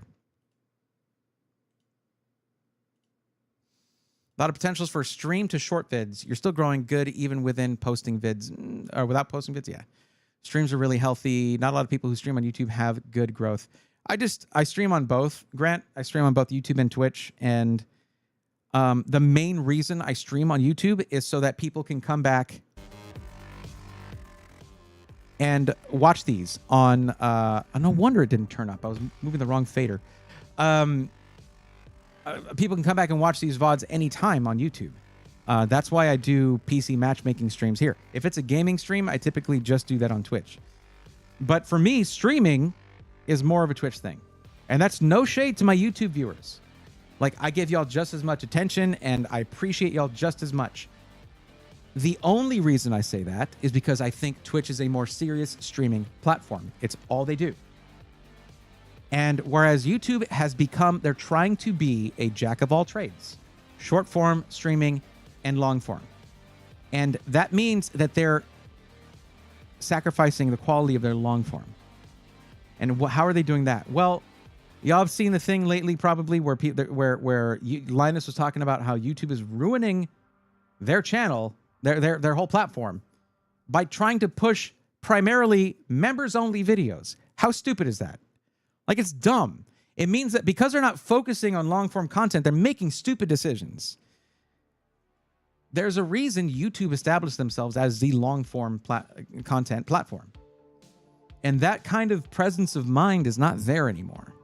So they need to kind of like relax on the shorts, relax on the streaming side, and focus on the long-form content. That's what people come to YouTube for. Ketchup or mustard? Not what I'm looking for, John.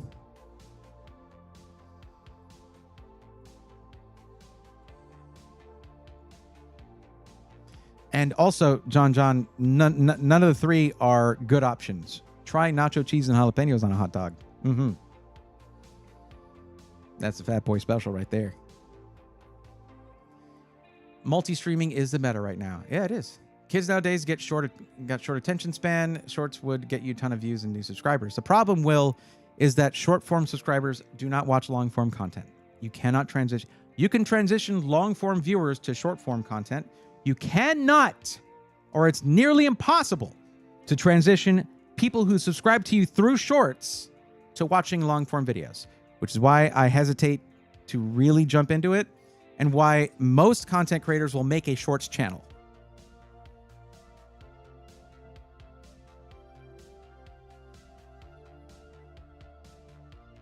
Seems to me, make short piece of advice, rules of thumb. Yeah.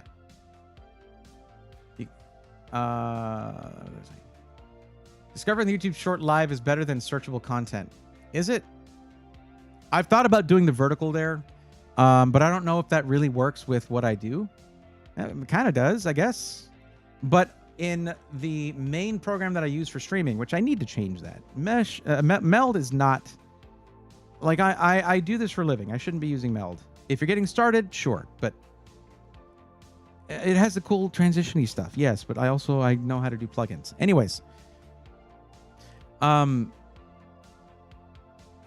can basically have both a landscape and portrait mode, two different scenes basically. That's going to be a lot of work. I don't know if I want to invest in that unless I'm going back to OBS, which I do eventually plan to do. YouTube stream had better lifetime after the stream. Yeah, that's the thing, is the VODs are forever there. Yeah.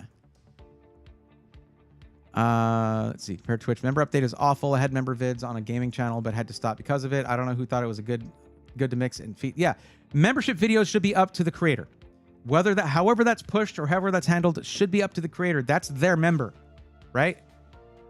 Short viewers don't watch long form. Yep, that's what I was saying. People jump into the long form channel. It can hurt the channel long term. Yeah.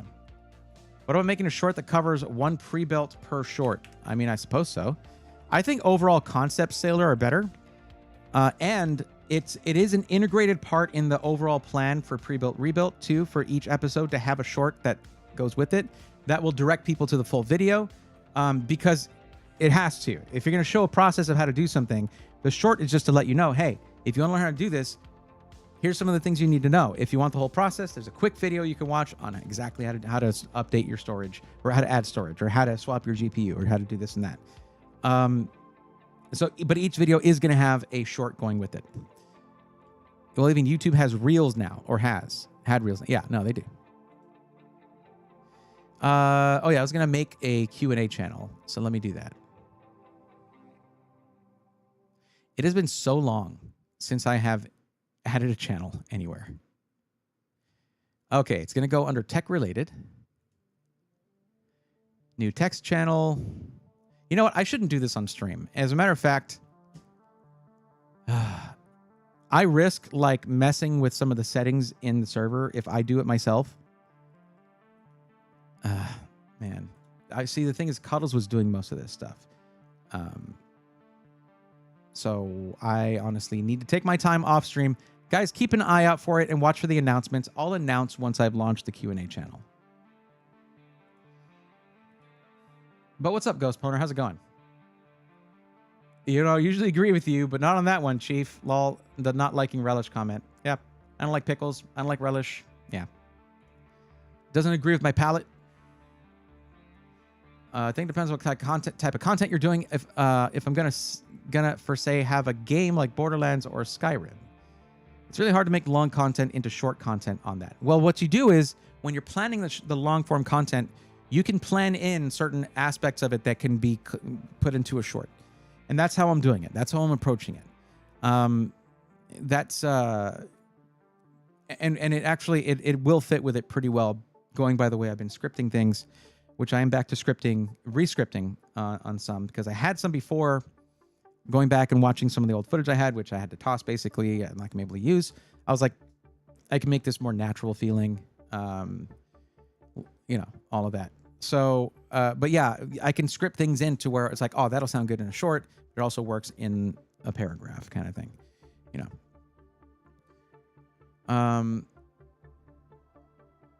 What about making okay, yeah. Most tech YouTube are better off making a TikTok and short channel for short content, since it's a good investment long term. Tech brands love TikTok and tech creators. I don't know why.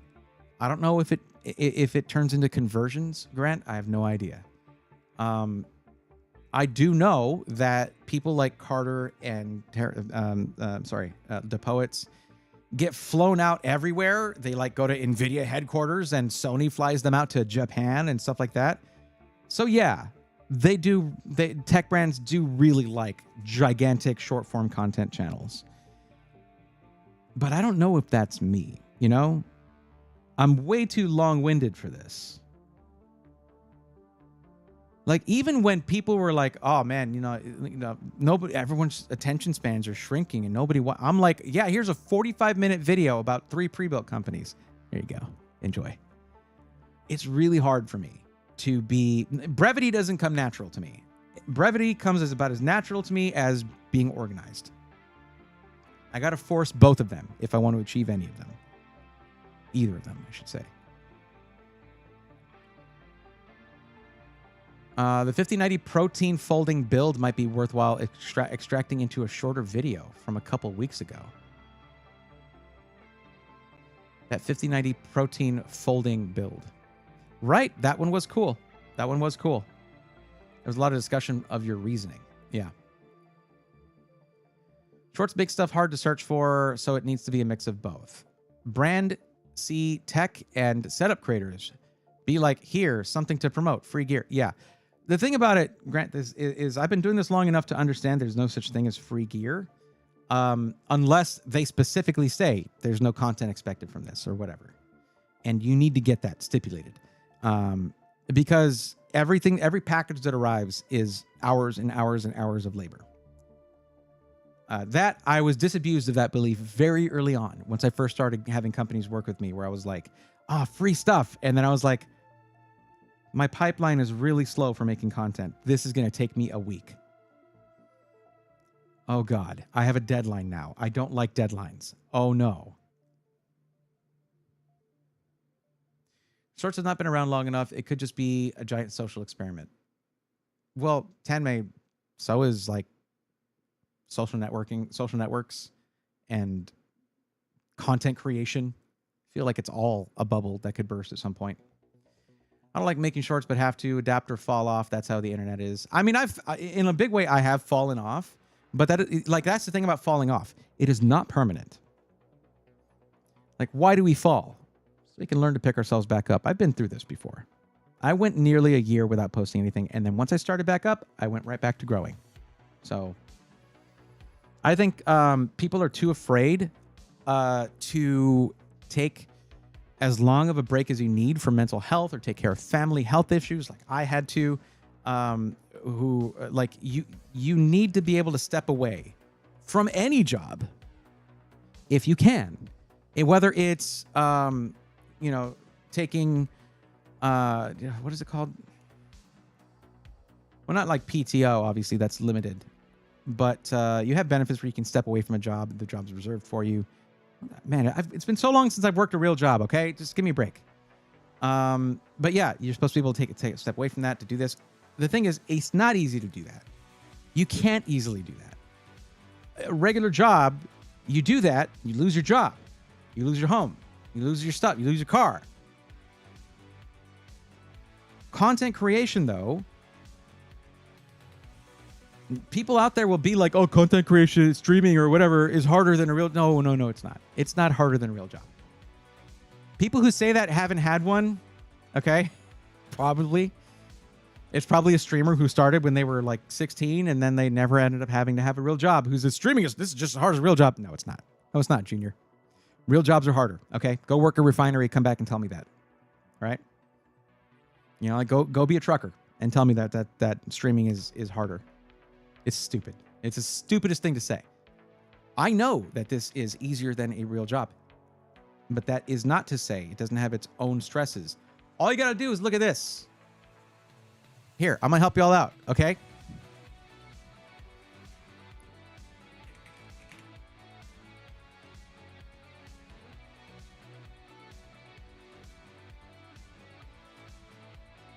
That was me.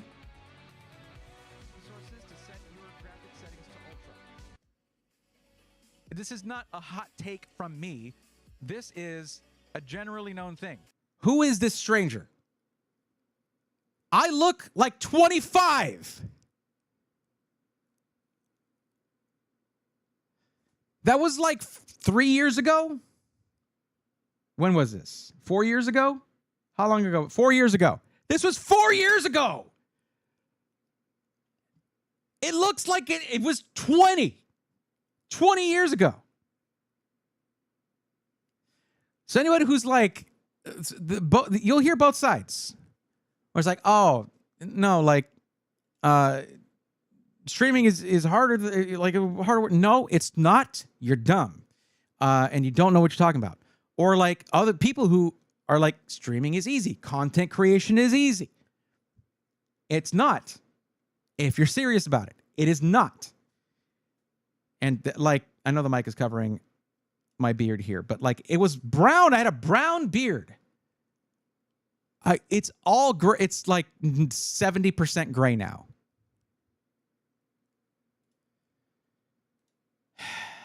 Also, can we just say that like my setup was pretty dope?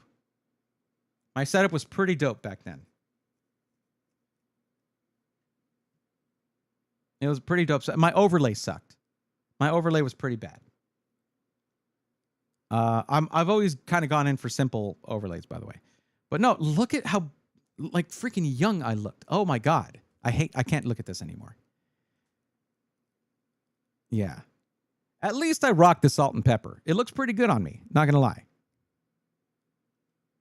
Anybody filled out the form? No. All right. Hold on a second.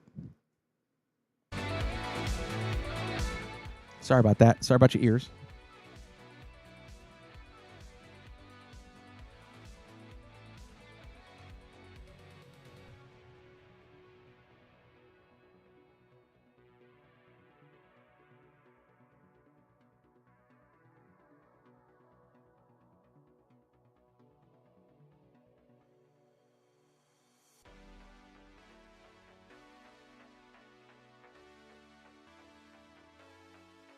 I really have been too close to my camera this whole time.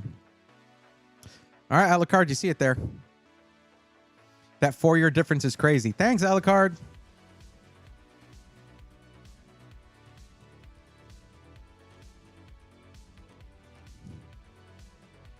PTO vacation time would be nice. FMLA. Thank you, Braxton. Yes, FMLA. The thing is, when I say that, when I say people should be able... When I say that people should be able to step away from work, I mean that we should have the kind of economy here in, I can only speak for the United States, where people are able to work their job, afford their housing, afford, transportation, food, everything, and be able to save money for a rainy day. And when that rainy day comes, they should be able to take time off to be with their family or to handle what they have to handle. And we don't have that. I'm very lucky that I have been able to do, you guys have allowed me to do what I'm able to do. Where I was able to be there when my mom needed me. I've been able to just like not have to drown in stress and frustration trying to somehow, also make content and get that out.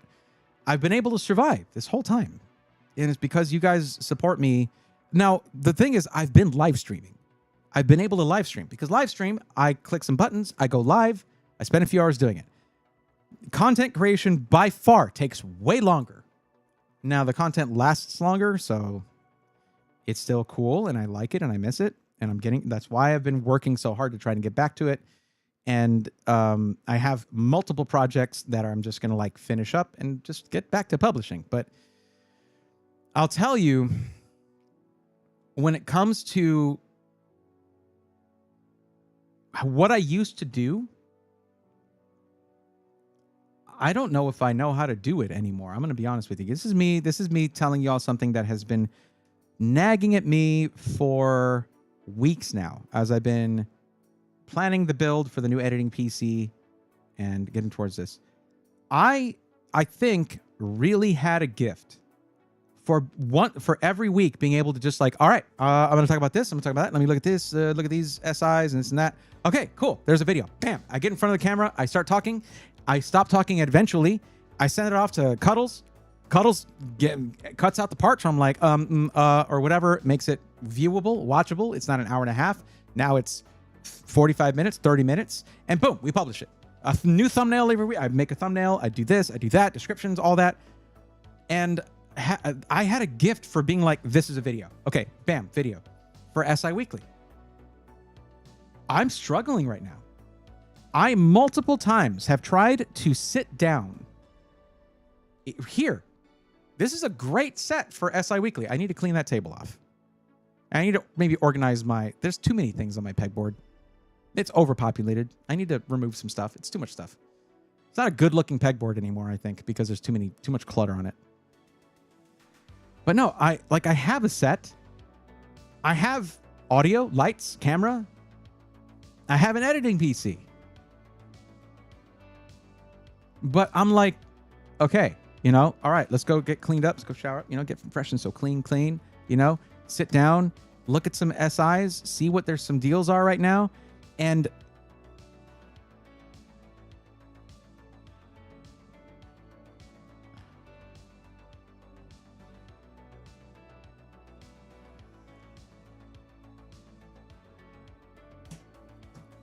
let me go clean the living room, or something.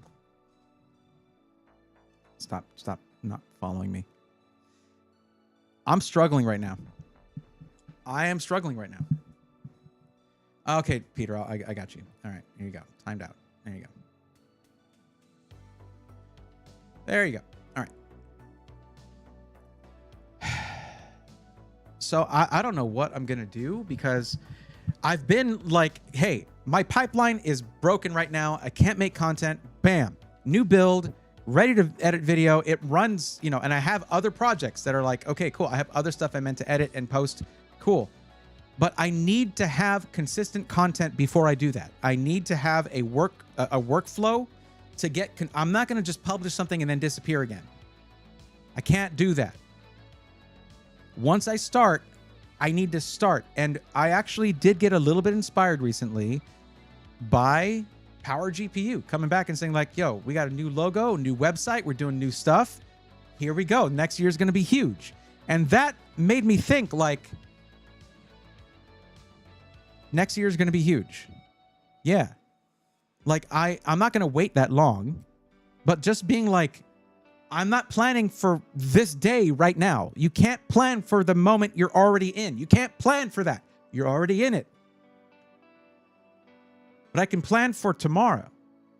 I can plan for the week after that. I've done this. I've done this professionally. Like, relax. It's okay. Relax a little bit. Chill out. Like, breathe.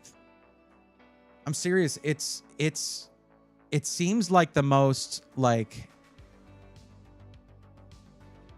first world problem, right? Like, oh, video creator having trouble making videos. But like I had a workflow. I had a flow going, and love Cuddles. Cuddles is awesome. He left for legitimate reasons. He left the channel for legitimate reasons, but I don't think I have ever recovered from that, and it's not his fault. It's like that's a video editor, and there are other video editors. Cuddles is special still one of my best friends, and I talk to him about as much as I do my other good friends, which is to say I never talk to anybody, and I'm a terrible friend. Okay. And that's not an indicator of whether I feel like someone's my friend or not. And I hope most of them understand that about me. But like we had a workflow, and I had some accountability to him, because if I missed recording on Saturday night, he'd be like, "Hey, do you have a video for this week? Did you record anything?" And I'm like, "No, let me go do that right now. If something had happened or whatever, he was sort of my accountability. I don't have that. It's really just me." And though I have talked about Onware being the new editor for the channel, Onware is a professional video editor. I don't know if I can afford that, because the channel has been dead for a while. Like it's been, I'm a washed up YouTuber, and I need to get back up. I need consistent, like I have enough from like referrals and stuff and this and that to pay my bills, to keep my home. But like right now, I think I need to get back to what I used to do. And that was what I did with Cuddles when we first started, which was he would edit Twitch videos from Twitch footage, and I would edit tech videos, and we would alternate every week. So I only had to edit one video every 2 weeks while I had a full-time job. It actually worked amazingly. But I'm not going to do it that slowly, because this is my job. So I need to get back to myself editing. And when I have special projects or travel things that I'm doing, CES, Computex, I'm bringing Onware in. It's part of the budget. I need to pay him well. This is his only job. He is a video editor, freelance video editor. You know, so, and I, just so you guys know, Cuddles got paid from YouTube ad revenue. It's just that, like, for a professional video editor, he had a full-time job and he did it once a week. He did the video editing once a week, most of the time. With Onware, it's like, that's what he does. That is his job. And it's a whole different beast. So anyways, that's a little look at my situation. I've been really, really, really struggling lately with getting the ball rolling on new stuff, on new episodes, talking about pre-builds. I have to get back into it. Ain't nobody else doing it. That has not changed. And actually, I don't know. I haven't searched. Maybe someone else did pick up what I was doing and start doing it themselves. I would be thrilled because pre-built buyers need more than one opinion. And I am very opinionated. Sometimes to a fault. But yeah. Anyway, I haven't been looking at chat. I'm sorry about that. So let me scroll back. Because, like, Grant, I know you've been saying a bunch of stuff here. Let me see. You could use Sora to look younger. Thank you, Anton. I guess.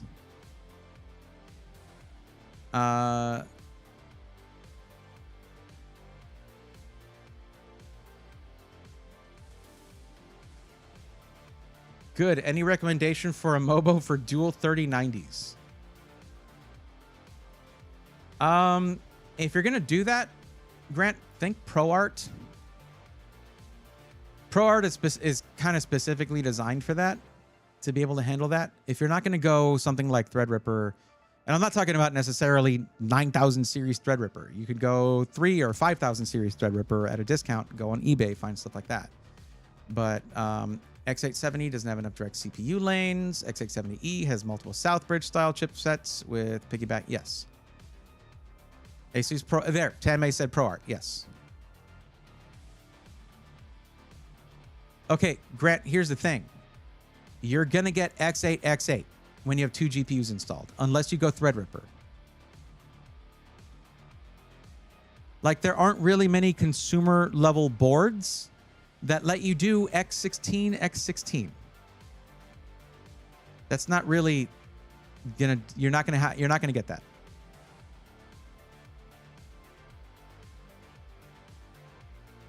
Yeah, no. What you're gonna get is generally max of X4 through the chipset, with very few exceptions that I can't think of off the top of my head, but it's gonna be X4 through the chipset, or you're gonna get dual X16 slots that do either only X16 on the top one with nothing in the second one, or X8, X8, and to varying levels of bifurcation. If you want multiple 16-lane PCIe slots, you need to go Threadripper. Or maybe Xeon. I guess there's some new Xeon stuff that came out. It's not a MOBO issue. It's a platform issue. I wish they give us 4 more lanes, but PLX chips are not cheap. Maybe try Epic lineup using consumer Ryzen 4000. That is another option. But I would say earlier Threadripper. Look for some of the lower level Threadripper CPUs from 3 or 5,000 series Threadripper on eBay, and you can find them sometimes for some pretty good pricing, and the motherboard too as well. And then you can get multiple X16 direct to CPU. Alucard, he said Threadripper is out of budget. Well, I mean, if you're having a brand help you out, tell them you need Threadripper. There's no budget then, right? I wish I could do that. I now just dread going to work each day or still struggle with doing anything nowadays. I don't know now if it's burnout or if it's depression, or something. Alucard, the thing is that is an absolutely real, a real thing. I know I hit burnout. I know for sure I hit burnout once the beginning of the year hit. And there were multiple things that happened to my mom's health. And I'm talking about an aneurysm and a car accident a week later with a broken leg after having multiple knee surgeries the previous year, along with everything going crazy with work for me because of 50 series nonsense and the fact that Cuddles had just left the channel a month and a half prior. Trying to struggle through that, I burnt out like that. And then it was just like malaise and depression and anxiety. Somehow I managed to keep streaming. When I stream, I'm generally like okay, I'm streaming. I'm with my chat. We're cool. Everything's fine, and I can handle this. But when it came to making videos, and then my CPU was like, oh, you thought you could maybe struggle through all that and make a video now. What if Adobe crashed? Thanks, 14900K. You're awesome. Let me just tell the person who sent me this PC that the CPU's having issues. Oh, no, you'll probably be fine. You're good. Oh, okay, cool. I was told I'm fine. Never mind. Never mind then. Yeah, it was great. It was a good time. But yeah, no, Alucard, like, take that seriously.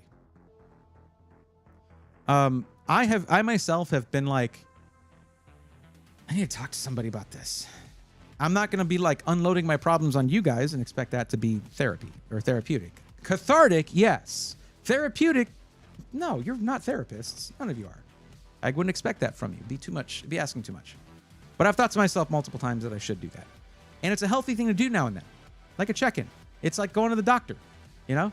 You got to do that. You got to be like, this is what's going on in my life. What should I do? What should I do? You know, that kind of thing. My bro doesn't want to spend more than 4. All right. If you're not going to do it, Grant, I'll do it for you. Let's have a look-see. Just a quick little Google search or go to eBay and let's take a look. Actually, let me look up a specific. Let me see.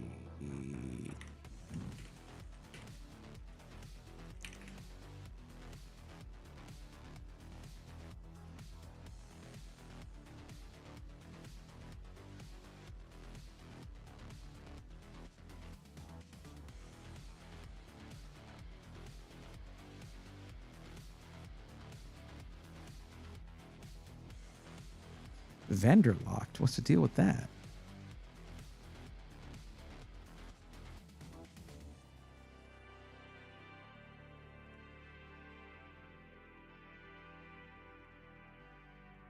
I don't like vendor locked, so no.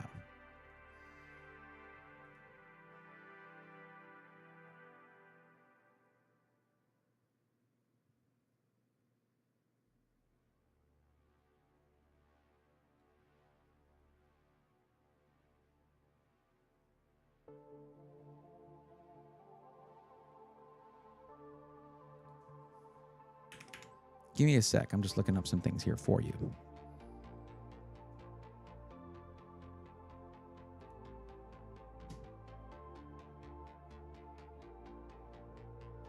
Dell locked again. Wow, there's a lot of these.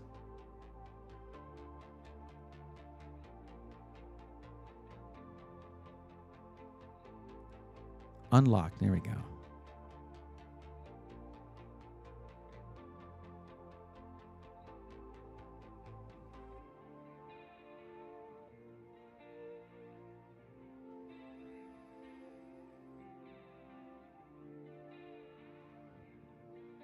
Okay, is this showing any of my info? No. Okay, cool. Okay, here we go. Because what you need is PCIe lanes. I got you right here. Unlocked OEM, AMD Ryzen Threadripper Pro, 3945WX CPU, 4 gigahertz, 12 cores, 24 threads, and these have how many lanes of PCIe Gen 4? Let me actually look up the specs on this.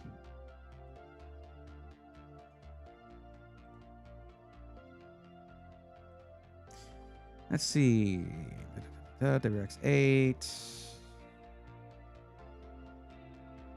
4 threads. 332. Did I go right by it? Did I blow right by it? PCI Express. 128 lanes of PCIe Gen 4.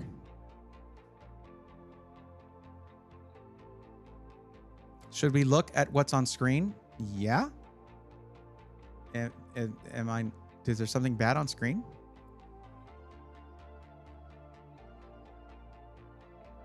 This is $199. It is 3000 series Threadripper. Okay. It is $199. Now, from what I understand, see, check this out. You want some PCIe lanes? GPU X16, PCIe 4.0. GPU X16, PCIe 4.0. 16 lanes, 16 lanes, 16 lanes. Just over and over. Oh, it's so much PCIe. Yeah, I wasn't showing anything back then because I wasn't ready to, because I didn't want to accidentally dox myself or something. So this is $199. You say was it a what budget? $3,000 budget? $4,000? What was it? Doesn't want to spend more than $4K. Yeah. You don't have to go to Facebook Marketplace. Look at eBay. Facebook Marketplace is not as good as eBay is for buyer guarantees, for buyer protections. Go to eBay. Now, is it perfect on eBay? No. But a smart buyer will usually do better on eBay than in Facebook Marketplace. This thing can handle how much memory? Let's see here. If it's 8-channel memory bus, so let's see here. What's the maximum? Sorry, this is not the layout I'm used to looking at. Performance.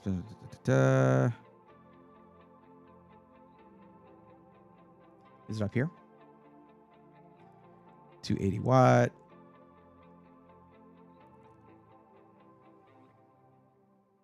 I guess it's going to be more of a motherboard thing, how much memory it can handle. But it's 8-channel memory. 8-channel, not dual channel like us wimpy consumers. Okay? This is nuts. I know that using an image to VidGen for work, 5090 and 64 gigs get used real quick. Wait, what? Brave, best thing I ever did was see a therapist. Darity, I've done it too. Yeah, it can be really, really helpful. If you skim on memory, you'll be burning through SSD terabytes written. His current PC I gave him works fine, but some new things he wants to use is showing its limits. He codes for work. I'm reading backwards here. Yeah, guys, remember, when someone says, like, if I'm saying Threadripper, the last thing I'm thinking about is the modern, like, $10,000 CPU Threadripper. No, it is established. It works. There's stuff. Well, I mean, I will say Streamripper did not work. 2000 series Threadripper, I found out, was notoriously bad about memory. Okay, and I only had a couple kits to test, and it just would not stay stable for me. Plus, the motherboard was used. I don't know if it was a motherboard issue. It could have been. I didn't have another one to test. When you're testing something like that, it could be ideal to have that. I didn't. Whatever. But moving up to 3000 series or 5000 series Threadripper, you will save hundreds, and in some cases, and with the really high-end ones, a couple grand in price off of the CPU. Probably still just hundreds. Okay, they didn't really get to the insane pricing that they have until 7000 series. Was it 7000 series where it got really crazy? Anyways, 5000 series Threadripper might be your best bet for memory compatibility, though it's going to be DDR4, 8 channels of memory, all the PCIe lanes. It's awesome for something like that.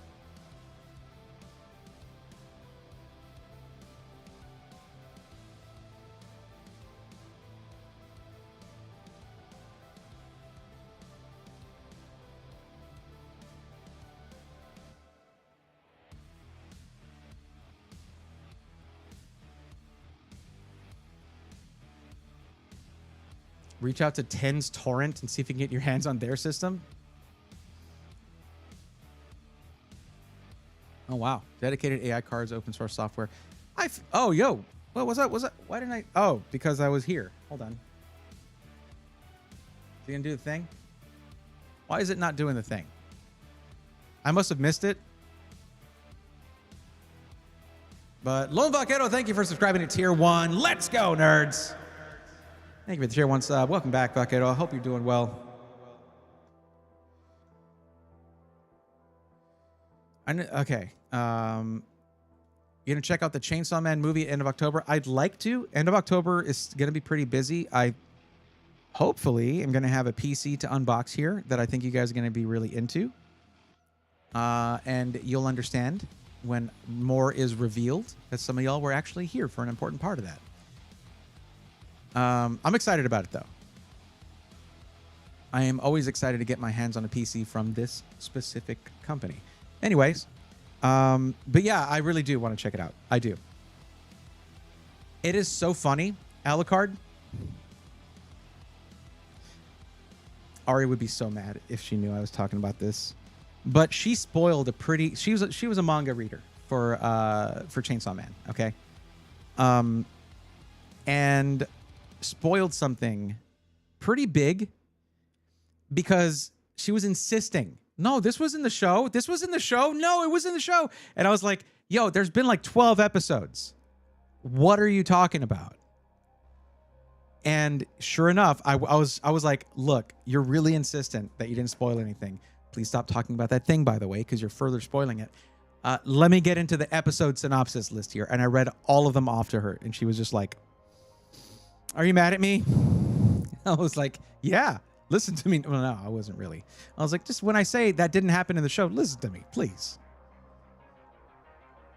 Because when you're a manga reader, you might mix up what's been in the anime and what hasn't.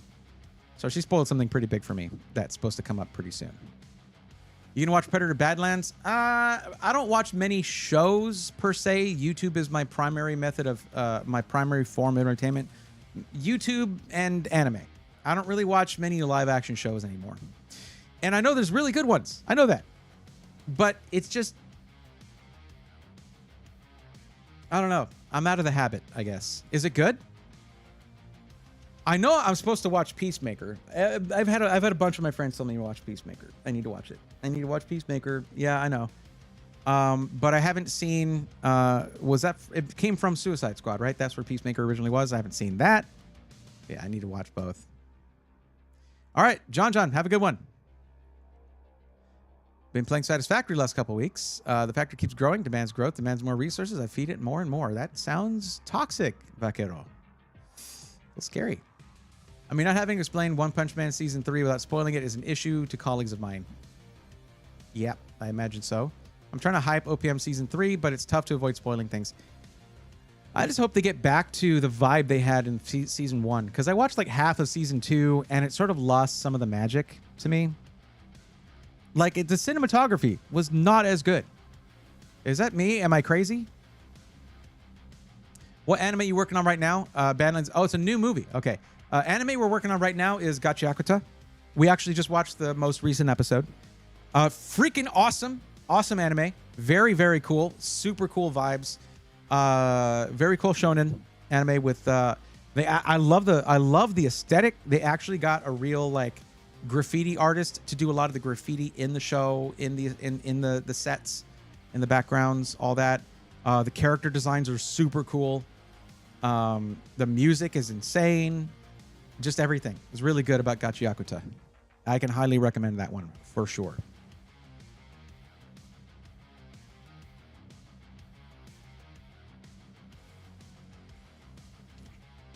Music was a little too low. Sorry about that.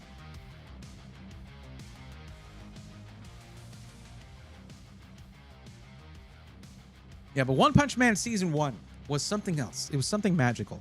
By the way, Mob Psycho 100, top 10. Top 10. I've only watched through both seasons. I've only watched through Mob Psycho 100 one time. I need to go back and do a rewatch. That show is insane. It is so good. With Season 3, the cinematography should be better, much better, but most likely, if it goes far enough in the manga, will be at the end of the season. Okay. All right. I saw Into the Badlands a long time ago. That had some crazy action stuff. Oh, okay. OPM Season 3 got good visuals, but the animation is okay so far. Okay. Hope the budget for OPM 3 goes into the fights at least. Gotta have some good Sakuga, 100%. That was one of the magical things about the first season of One. Well, of course, the first season of One Punch Man, I think, catches a lot of people off guard because of the tone shifts. You don't get stronger tone shifts than in One Punch Man, okay? But also just the cinematography. Of course, it's fake cinematography because it's animation, but there still is a camera because you figure perspective and point of view and stuff like that, right? So I don't know if in animation it's called cinematography, by the way. I imagine it is. It would make sense. But the music, the writing, the action, the animation, so good in Season 1. And then Season 2, they phoned it in because I think it was a different studio, right? Platinum End is good. Definitely recommend. Okay. Heard the new OPM 3 director has never done an action series. Okay, cool. Interesting. At least hopefully that means he'll be good at the anatomy side of things, Tanmay. Okay. Yeah, Studio was not the same. What a shame. You might like Psyche K if you liked Mob Psycho 100. Really? I don't know. Mob Psycho 100, I've never seen the two like put on the same levels. I don't know. I've heard Mashal is fun. I've heard Mashal's a lot of fun. Who recommended Mashal to me was Nick, the CEO of Starforge Systems. He's like, you haven't watched Mashal yet? You gotta watch Mashal. That he's great. You guys wonder why Starforge Systems beginning all the anime collabs? Yeah, it's Nick. I've seen clips from Mashal, Alucard, in like shorts and stuff. So I believe you guys when you say that it's funny. I would probably like that one. Campfire Cooking of the World's fun to watch. Glad I got season 2. Nice. I loved what is it? Delicious in Dungeon. Delicious in Dungeon was awesome. And of course, it was really funny that my boy Pro ZD, I say that he's not, we're not friends. I don't know him, but we watched him for a long time. Who reviews food on YouTube was the food cooking dwarf in Delicious in Dungeon. Was Pro ZD. That's pretty cool. That's pretty cool. I made it sound like I know him. And it's funny because I'll say that about content creators or streamers, whatever, that I actually do know. No, I've never met Pro ZD. Would love to. Amazing voice actor. Fantastic voice actor.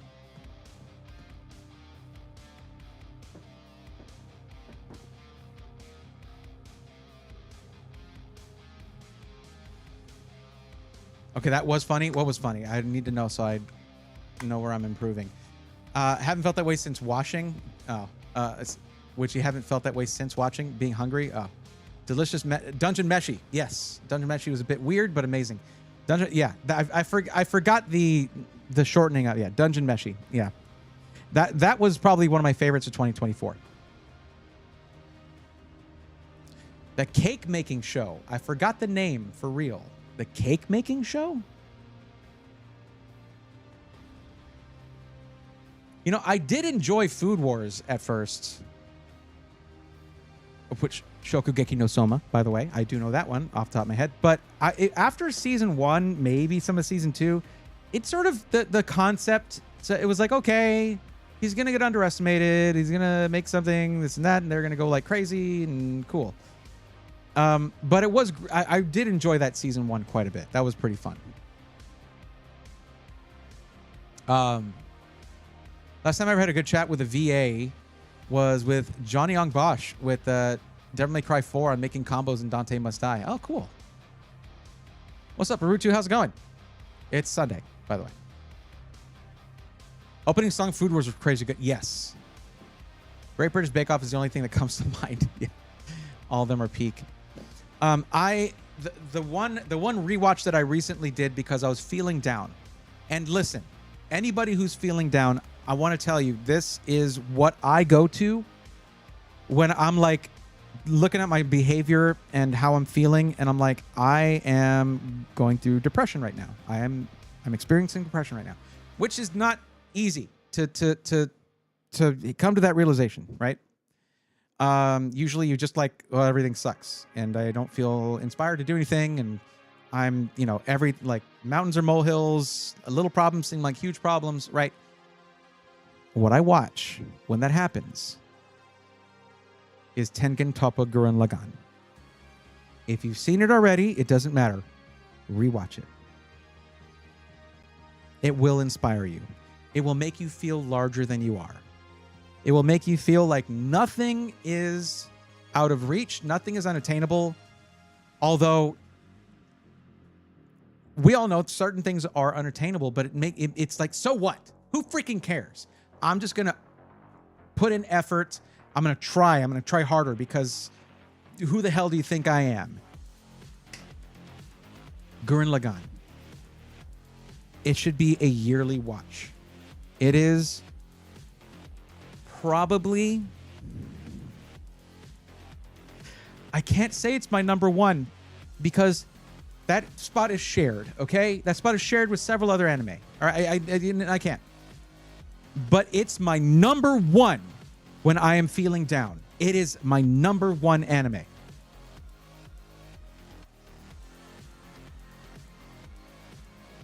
waiting for Lost Echoes movies. The wait is painful. Waiting on content is painful. Thankfully, there is more entertainment that we could ever watch in our entire lifetimes. So there's other stuff. Watch other stuff. Lyric Boss says, amen. I hope that's about Gurren Lagann. Yeah. Hold on.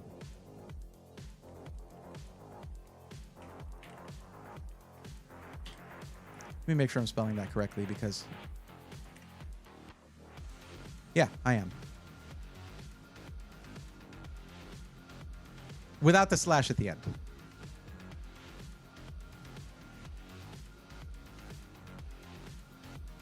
There you go. For anyone who didn't know. Now, understand that, you know, there is still tragedy in Gurren Lagann at a certain point. Just like there is in real life. It's part of the theme of the show is grieving and overcoming tragedy. That's why it helps me. It's amazing. It's amazing. And none of the truly great media is without its highs and lows, right? So, yeah. It is, if you're ever feeling down, it's the number one. It is my number one. And I think that's how every top 10 list should be. Because, like, you change. You're different from day to day. You have your highs and lows. And I feel like my top 10 shifts with how I'm feeling that day, week, month, or year. Yeah. Any movement on the form? Nope. Nothing, Tenmei. This is a just chatting stream, it seems. I might actually remove the VOD from YouTube because there's no technology happening. No Game No Life is my number one. Sadly, never getting a season 2. No Game No Life had so much potential. For one thing, the disappointing side of things is the no season 2 thing. Like, certain shows out there that didn't deserve a season 1 are on their 3rd season, okay? Like, that's messed up when No Game No Life is still only on 1. But let's be real. There is a very problematic element with No Game No Life. And I've never been able to get over it. And if you've watched it, you already know.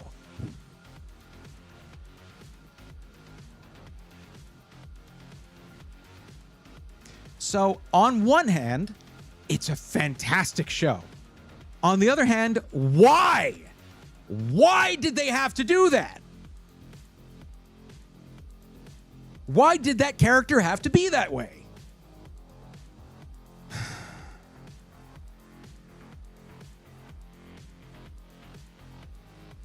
Cowboy Bebop always is my number one. Cowboy Bebop, during normal times, TJ Sparks, probably my number one. Honestly. That's why I've got the Cowboy Bebop t-shirts and stuff, and I'm very into it. I'm saying when I'm feeling down, Cowboy Bebop's not where I go. It might make it worse, honestly. You know what I mean? That's why I'm saying, depending on how you're feeling or where you're at in your life at that moment, your top 10 list should be able to shift.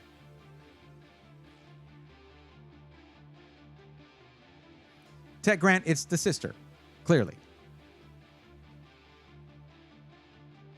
Like, that's a problem.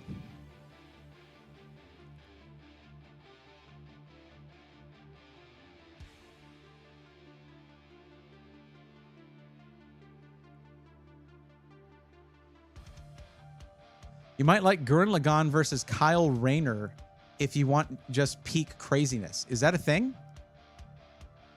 Also, animation is just such a perfect medium of storytelling. You can do a lot more in live action than books can. Oh, also, if you want to embark on an epic story, Full Metal Alchemist Brotherhood, 100%. Now, to be clear, I don't think that there's no place for the original Full Metal Alchemist anime, where they ran out of manga to adapt and they went off the rails and did their own thing. The thing that they did on their own was really good. And also, they handled some of the really important moments earlier in the story, I think, better than Brotherhood did. But Full Metal Alchemist Brotherhood is true to the manga. It shows the absolute perfection in writing from the manga and planning. That show, it has to be one of the best planned out plots I have ever seen. Everything is tied up perfectly. Every character is perfectly in place at every moment they need to be. It's so good.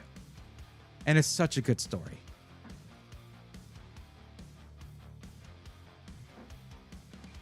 Makes sense. Some people don't like that trope. I don't like that trope. It's just unnecessary to the plot. It doesn't further the plot. It just makes me uncomfortable.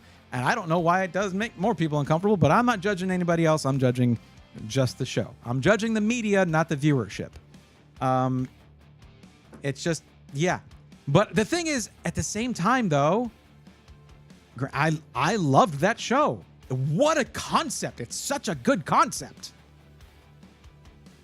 I'm talking about No Game, No Life, by the way. I know I'm kind of all over the place right now. Bro, for real, like, why is Rent a Girlfriend on season 3 now, yet some animes aren't even on their second season? Because it keeps making them money. Keeps making money. Yeah. Baruto apparently is Eren Yeager. Interesting. It's a shame I'll be binging through all sorts of spooky horror anime this month because of Turbo. I have no chance to do that at all. Yeah, I know. I mean, of course, that's the good thing is you can do it whenever. I mean, Ready, Steady, Go was best FMA OP. Fight me. I'm not going to fight you over an OP. OPs are way too personal and subjective. I'm not going to fight you over that. Also, one thing that I recently found out, Laura Bailey played Lust in the dub. Holy crap. She was amazing. And you can basically just go and watch Critical Role. And there is the voice actor for Lust. Because that was such a well-portrayed character. Holy crap. So that was cool. I don't know. I was looking at some of that and I was like, damn, what, really? Man, what a good cast, though, man. Let's not get into that on Full Metal Alchemist. Anyways, is Sakamoto Days good? I've heard it's really good. The thing that I've heard, though, is that it's poorly... The action scenes, which are kind of one of the selling points of Sakamoto Days, are poorly animated compared to very obvious competition. Like it's one of those things where it's like, look, you're putting up a really popular manga here with really dynamic action scenes, and that's a very competitive sort of genre here. And then the studio was just like... So you got to be ready for that with Sakamoto Days. Apparently, from what I understand, they didn't animate the action scenes very well. Braithorn, I think the homunculus's origin is better in the original FMA personally. I don't remember the original well enough to really compare the two.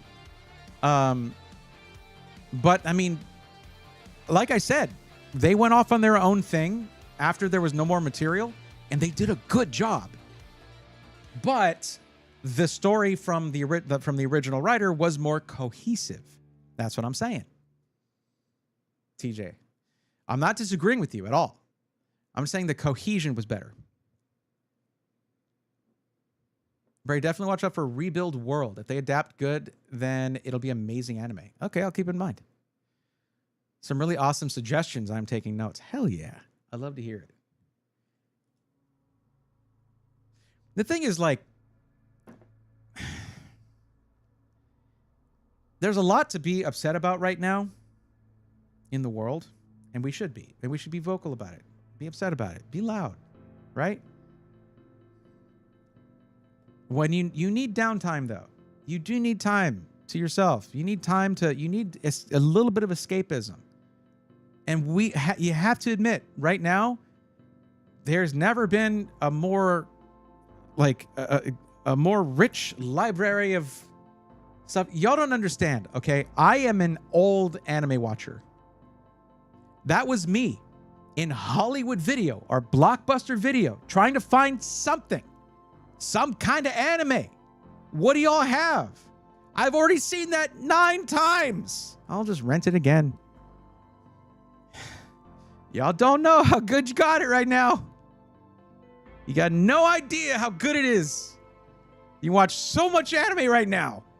On the flip side, there are some properties that have fallen victim to sort of like Netflix development hell, licensing hell. Disney Plus likes to buy up the rights to anime, put it on their platform, and not advertise it. What the hell is that? So there are downsides, but man, it's way more upsides.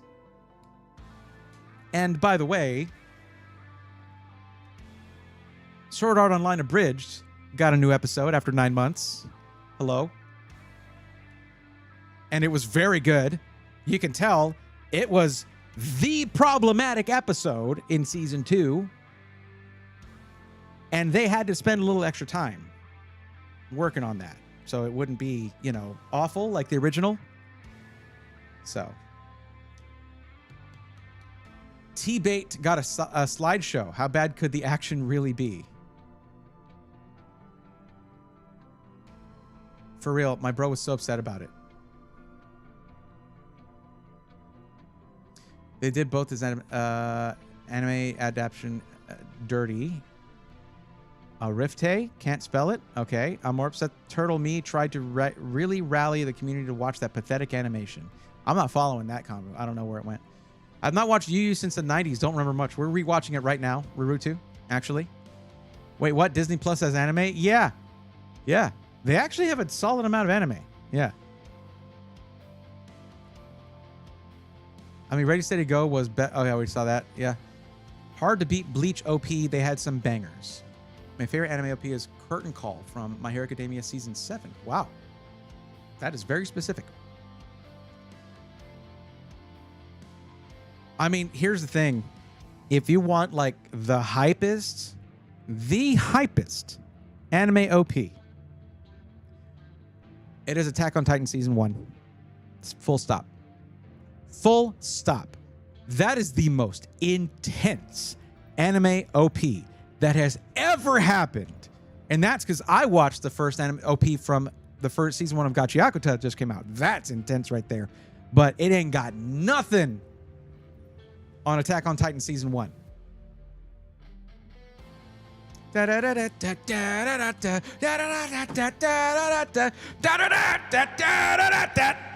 right? Just, it is the most intense. The beginner after the end. Okay. All right. Movie plots have been bad in the last 4. Okay.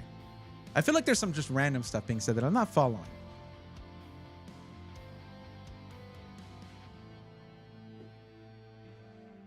Gurino Yumi Yep. Absolute banger. Like, I'm sorry.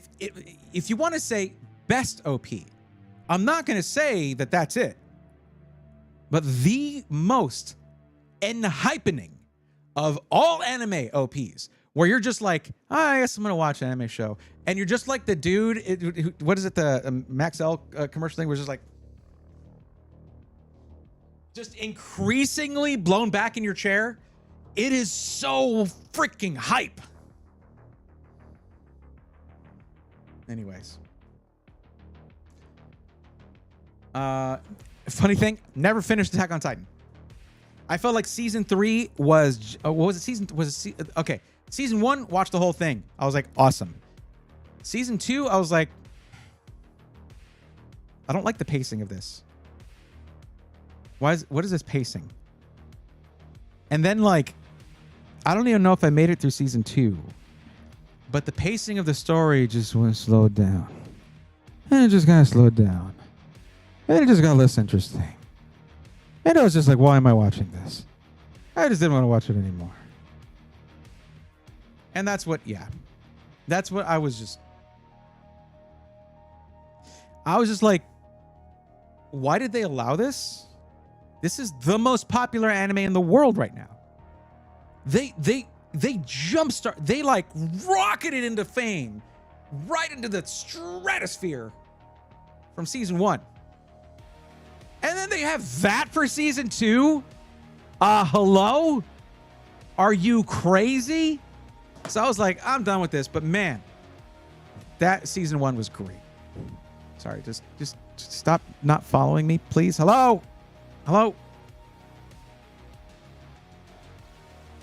I feel like I'm going to get in trouble doing that. Like,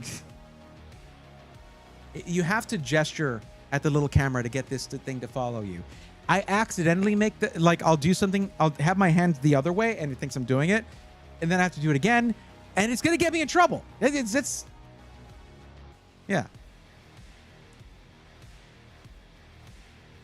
Let's see. I think I stopped at season 3. Yeah. Honestly, I lost interest in Attack on Titan about episode 3 or 4. Season 1 was good, though. Season 1 was pretty consistently good. Like, after that episode 1, you're kind of... it should have you invested. The thing about Attack on Titan is it's one of those shows where you can't be, like, watching it, but you're also, like... No. And for me, that's the thing about anime. I watch anime. I don't put anime on in the background unless I've seen it a million times. Like, that's how we're rewatching Yu Yu Hakusho. We've seen it a million times. It's the GOAT. And we know when to look up and really enjoy the show. Usually when Jin is on screen. Okay? Because that's my GOAT right there. That's a great character, okay? One of the best characters. I don't know how they went from like, oh, he has like a Hokkaido country accent kind of thing to, oh, he's Irish. But it works. When they did the dub, I mean. It's a great dub. It's such a good dub. Kuwabara. Urameshi. Yeah. Takes a little getting used to. Miss Afro Samurai. I saw some of Afro Samurai. It was awesome. It's good. So I work out at night. No one's in the gym. I can use the speakers on 100%. The Attack on Titan family home getting crushed scene with... yeah. Let's see. Listening to anime OPs working out. Yeah. Slime season 3 was 90% all build. See, I watched 1 and I think I watched season 2 of Slime. Also, Dungeon Meshi is not Dungeon Meshi. No. Danmaki.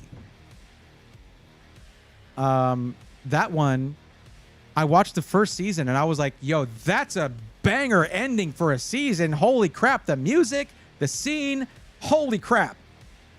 And then I think I started watching season 2 and I was like, I'm not as invested anymore. Is he still the underdog? I don't know. I didn't quite understand it. Now, Dungeon Meshi is awesome, Marutu. You need to sit through it. You need to watch it. It is excellent. But if you don't like it, that's also okay. Oh, yeah, it took a moment to remember who you meant.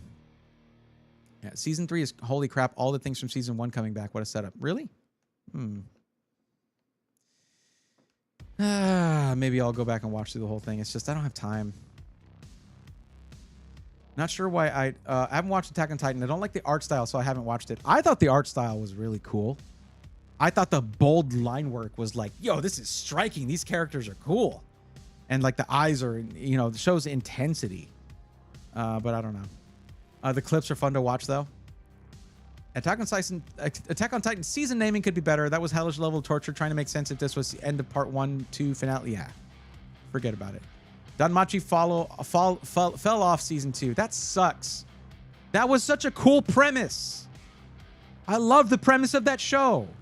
That like there's guilds for delving into this insanely deep dungeon here, and each one is led by like a deity. It's such a cool premise. I hate when a good premise gets wasted like that. I had a feeling though. That's why in season 2 I started to like, I'm gonna move away and I'm gonna keep my good impression of this show. I'm just gonna move away from it. Season 1 can exist all on its own. It can. You know what? They never made another season for Danmachi. That's it. I don't understand. Okay, it came out after Frieren, and that was such great fantasy. Well, the thing is, Frieren and Dungeon Meshi are very different, but there's also kind of slice of life elements to both. But there is Rurutu. If you stick with it, there actually is a dynamite story weaving through Dungeon Meshi that you're not going to see coming. It's very, very good. Unless they ruin it in season 2. I have no idea. But season 1 is dynamite. It is such a good show. Cyberpunk Edge Runners is a really good one too. Well, absolutely. And I was lucky enough that it was at PAX West. CDPR invited content creators to come out and watch the first 2 or 3 episodes in a theater before it launched. Before it went up. And I was like, oh, that's cool. And Ari went with me. It's one of the few shows that Ari's gone with me to. And I mean, I'm talking about like, PAX or TwitchCon or whatever. And man, it was so good. And then I got to talk to some of those people from CDPR afterwards. It was super cool. I just couldn't film anything, so I didn't, But that was dope. That was so cool. And that's such a good show. It's crazy how they're like, get you attached to the characters. Then what happens. And then they're like, hey, by the way, that's still what happened, but we're coming out with another season. Okay. No, you're right, Tanmay. If that's not your thing, then, and if you're not able to watch that, then you should not. But the OST is excellent. Yeah, reincarnated slime. Yeah.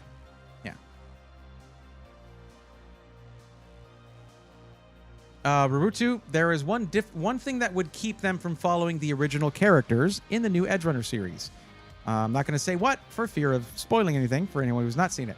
If you're able to watch, mature content, go watch Cyberpunk Edge Runners. It is dope as hell. I don't care if you ever played the game or if you don't like the game or if you do like the game. It doesn't matter. The series stands on its own. It really does. Will I also check out the Jujutsu Kaisen movie in December? Yes. Yes, I've seen season 1 of Edge Runner. Okay, then you know why it cannot follow the original characters, Rurutu.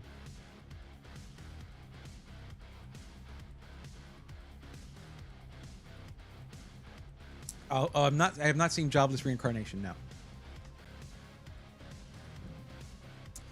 Brady, did you see No Game, No Life, Zero movie? No, I did not see that. Was that a thing? Was that a while back, or is that coming? What is it? Is it coming up soon? Jujutsu Kaisen. I've seen the Crunchyroll ads of JJK. It just seems like such an insufferable anime to watch. Are you serious? This is the greatest freaking shonen anime of our time. Jujutsu Kaisen. It is not insufferable to watch, though suffering is involved. As a viewer, it's the kind that you sign up for. Okay? Jujutsu Kaisen is peak shonen. It is peak. Like, no, not glazing here, okay? It is peak. Rurutu says it's good, not great. That's okay. You're entitled to your opinion. I will say a lot of people disagree with you, but that's also their opinion, and that's fine. Jujutsu Kaisen is a peerless shonen anime. I've had my gripes with some of it, but I didn't really enjoy the movie that much, the last one. But it did set up some important stuff, so I was like, okay. But no, it is so good. If you would pay attention to characters and character arcs, character development, there is so much of that in Jujutsu Kaisen, and it's done organically. There's payoff after payoff after payoff. There are real stakes. It is so good.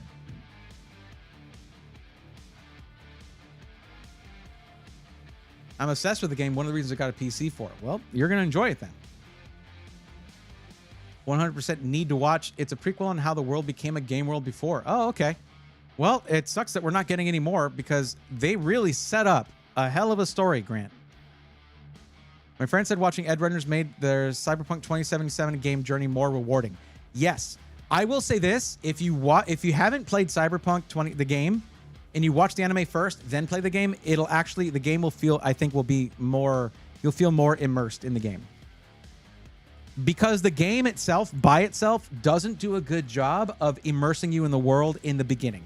Because a lot of the stuff that you should experience, you're watching happen.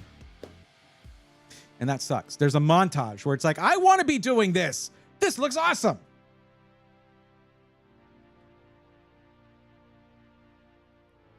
I need to read the light novels, but I'm lazy. For No Game No Life, I've never really read light novels. I should, I guess, but I have never done it. I just, you know. The movies definitely give a lot of character backstory. Yeah, and the good thing is they are optional. You can still enjoy it without watching the movies, but it will benefit you in enjoying the show. In this generation's version of the big three shonen anime, it is this generation's version of the big three shonen anime titles to watch. Yeah, it's one of them. And I've seen the other positions kind of shift around. On people's list, it's consistently Jujutsu Kaisen. But then again, like One Piece is arguably potentially like the greatest anime of all time if you're looking at it from like a broad perspective. A lot of people's, like, if you were to poll it, One Piece wins a lot of polls, okay? But it's definitely not for everyone. And just because Jujutsu Kaisen is well loved, it's hype as hell, a lot of people hype it up and love the show, that doesn't mean it's for you. And there's nothing wrong with you if you don't like it. Yeah, Jujutsu Kaisen, Demon Slayer.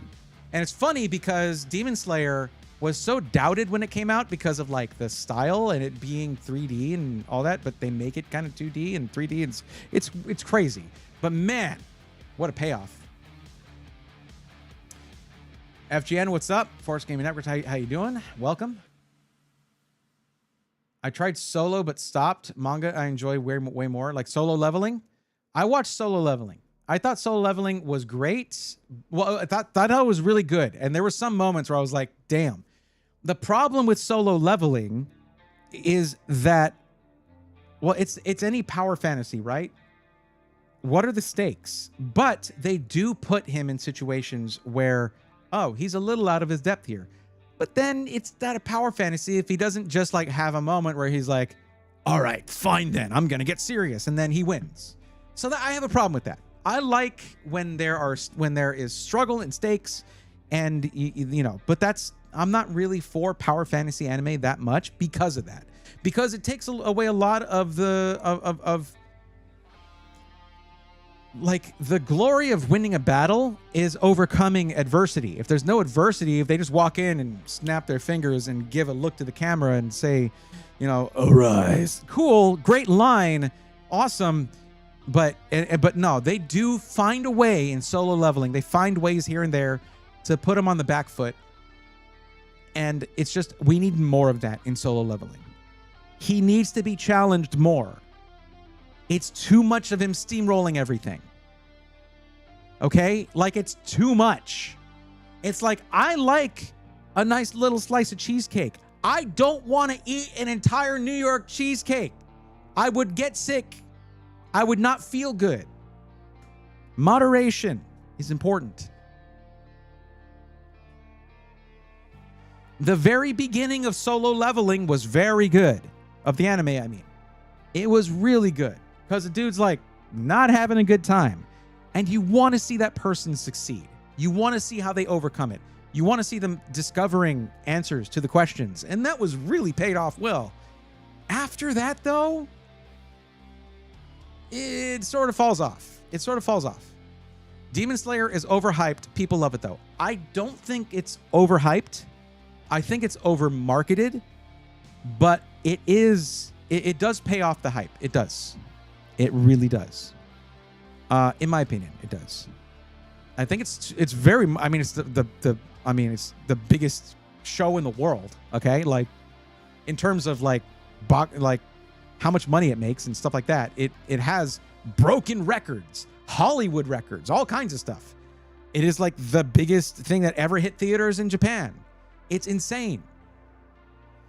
Animation carries, the concept is weak. I don't think the concept is weak. I think concept has been done before. That doesn't make it weak. Solo Leveling is WWE, but way less character developed. The WWE, like wrestling, Demon Slayer is a lot of people's first anime these days. Yeah. Solo Leveling season is just peak aura farming the anime. The parody version is much better. This is what I'm talking about when I talk about Sword Art Online Abridged. If you haven't seen, of course, you have to see DBZ Abridged. If you're an anime fan, even if you don't like Dragon Ball or Dragon Ball Z, you need to watch DBZ Abridged. Get through those early episodes. They are rough. These guys were just like in their bedrooms doing voice acting, and then they became professionals. Okay? Once you get to the Frieza saga, okay, it gets really good. The Saiyan saga is where it's rough, all right? But like that will prepare you for Sword Art Online Abridged. SAO Abridged took a weak show that got really popular, but it was a very narratively weak show. It fixed every problem with a problematic show. And then season 2, where they took the one good character and then made her a damsel in distress. How did they ruin the best character? SAO Abridged fixes this. It's a miracle. So yeah, watch DBZ Abridged if you haven't already. It is so good. These guys deserve their flowers that they've gotten for all these years for DBZ Abridged. It's to the point where Chris Sabat, the voice actor for Vegeta, the English voice actor for Vegeta, has said, if I die, this person is replacing me as Vegeta. And it's the voice actor for Vegeta in DBZ Abridged. That Vegeta is peak Vegeta. It is so good.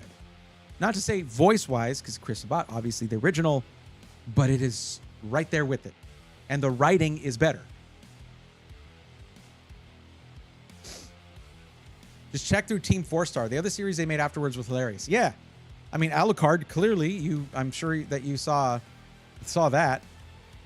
And it was very good.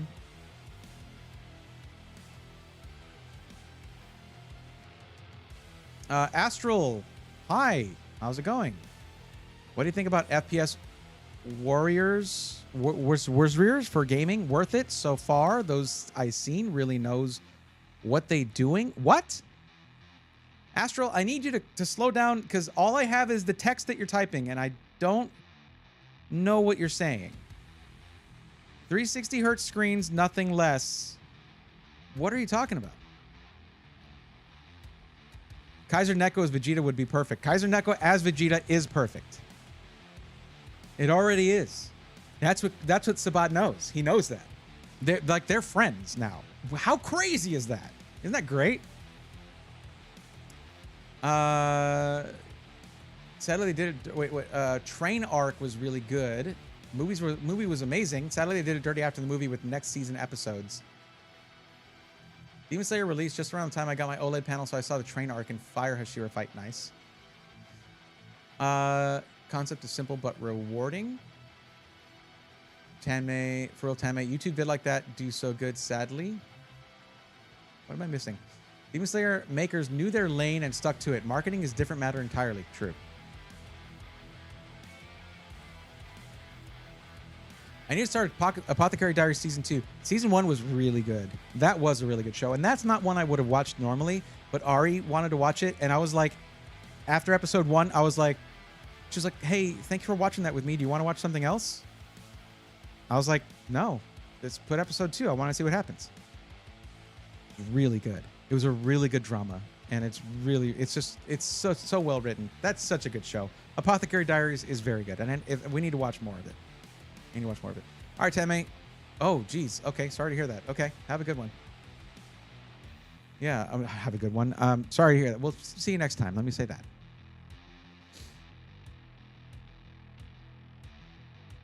Yeah, but Team 4-Star is amazing. Alucard, I recently watched their commentary for all of DBZ Abridged. Every episode. And it was so cool hearing all the notes they had, hearing where they came from, where this joke came from, all that stuff. It is so cool. If you haven't watched all the commentary episodes and you've been thinking, maybe I want to rewatch DBZ Abridged, go watch that. Instead of watching just the show, watch the commentary. It was really good. My Hero Academia, I don't think really... I think I don't know. I feel like My Hero Academia is good. Demon Slayer and Jujutsu Kaisen are great. And that's because I've got all the My Hero Academia t-shirts. I really was into the show for a while, and then it lost me. I didn't lose the show. The show lost me. Yeah, same here, Grant. I appreciate the lurk, though. But yeah, I did fall off after season 2. I mean, I was with it a little longer than that, but yeah, then it was just like... My Hero Academia did just release their final season. I think their final season should have been 2 seasons ago. I feel like they overstayed. They should have, there's pacing where it's paced poorly too smushed together. I think My Hero Academia could have skipped a lot of the stuff that they had in there, and I think they could have really streamlined their story to not however many. It should have been 2 or 3 seasons shorter. I don't know if that's probably an L take in some people's opinions, but it lost me. I've heard that the spinoff is good. Let's try rephrase. Gamers that do less stretched resolution on purpose to get most frames or larger hitbox, basically doing everything possibly to get the game run as smooth as possible. Okay. Astral 5090. If you are running an Astral 5090, you don't have to do any of this stuff. Unless you're on the stage at a big esports thing. Why would you need to do that with hardware like that? These are people who do this are yeah, I'm trying to get the most out of my 2080, or my 3080, or my 4070. Not a 5090. You don't need to do that. They should have pulled the Cowboy Bebop and just ended it on a high note instead of what Netflix tried to do, making it last longer. I mean, I guess. I don't know. Best thing that would have been best for Cowboy Bebop was to not release a live action series. I have not heard good things, but I just didn't watch it. I was just like, there's no way this is going to be good. It looks cool. It's got some cool visuals to it, but Cowboy Bebop is one of the ultimate anime. And when you take the anime out of Cowboy Bebop, it's not the same. It's not going to be the same. There's no way. I've been talking about anime for an hour now, probably. But what's up, Board Chaos? You just came into the tail end of a very long anime conversation. Yeah, they tried to remake it too much. Ein wasn't a digital projector in the series, lol.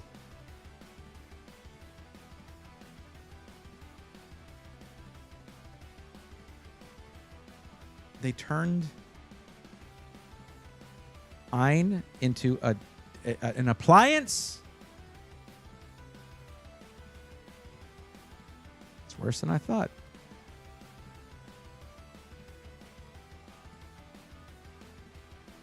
But as you guys can see, I haven't had anybody fill out the form today.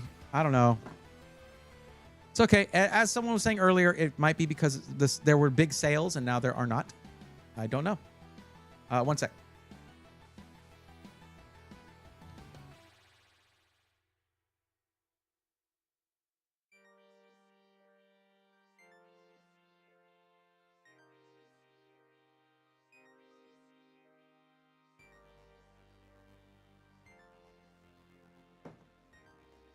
Yeah, I saw that.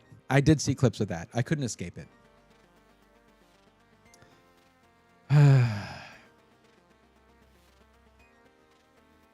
I did see Ed.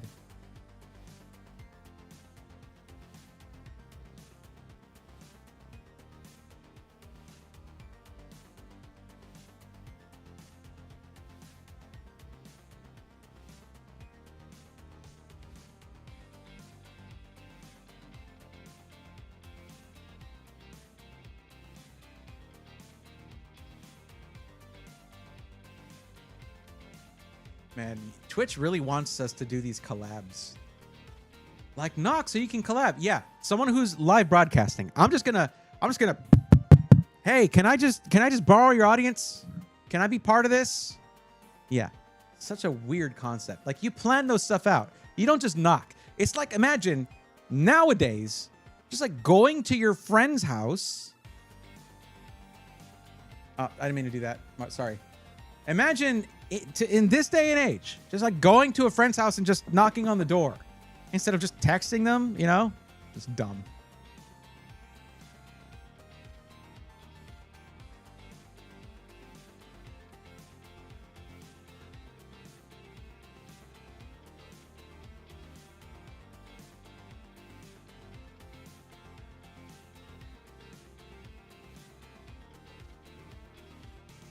Oh, man. Is that for real? Yeah. TwitchCon's in 4 or 5 days. I probably need to go and like pack for my mental health. Or just what here, it's mostly gear. Because I'm doing the streaming thing afterward, I'm doing the stream at Emmett's. After that, I'm bringing stuff like extra cameras, lights, things like that. I need to make sure I have everything I need.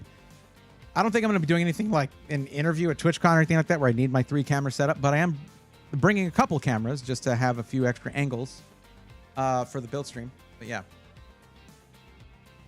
The director writers did Cowboy Bebop dirty, like Witcher Season 2 and 3. I heard Witcher Season 1 was incredible. I never watched it because I never played the games. I wasn't invested, but I heard it was incredible for people who are a fan. Knocking on the door now would mean more like FBI, open up.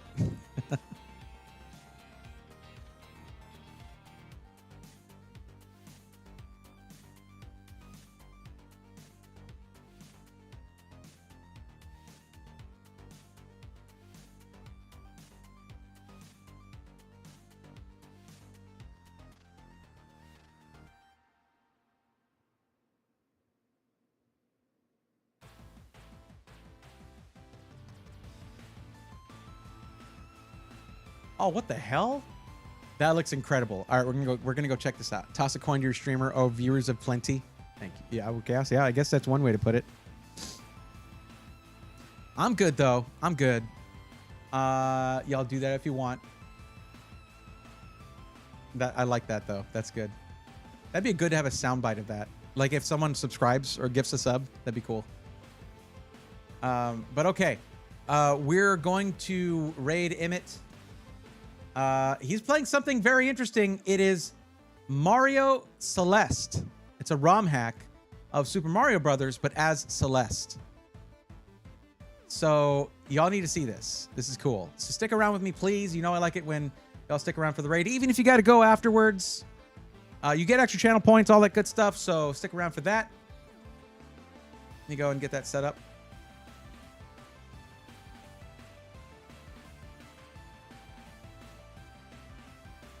Y'all can tell them that you're excited for the PC build if you want.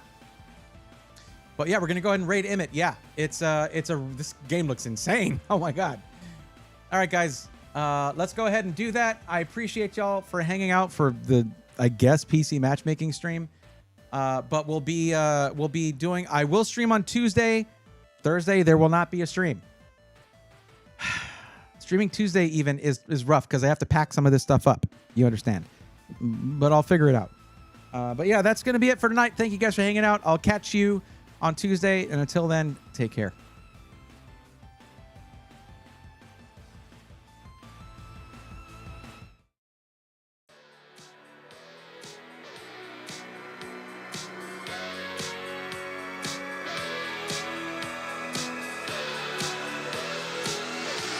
Let's go, nerds!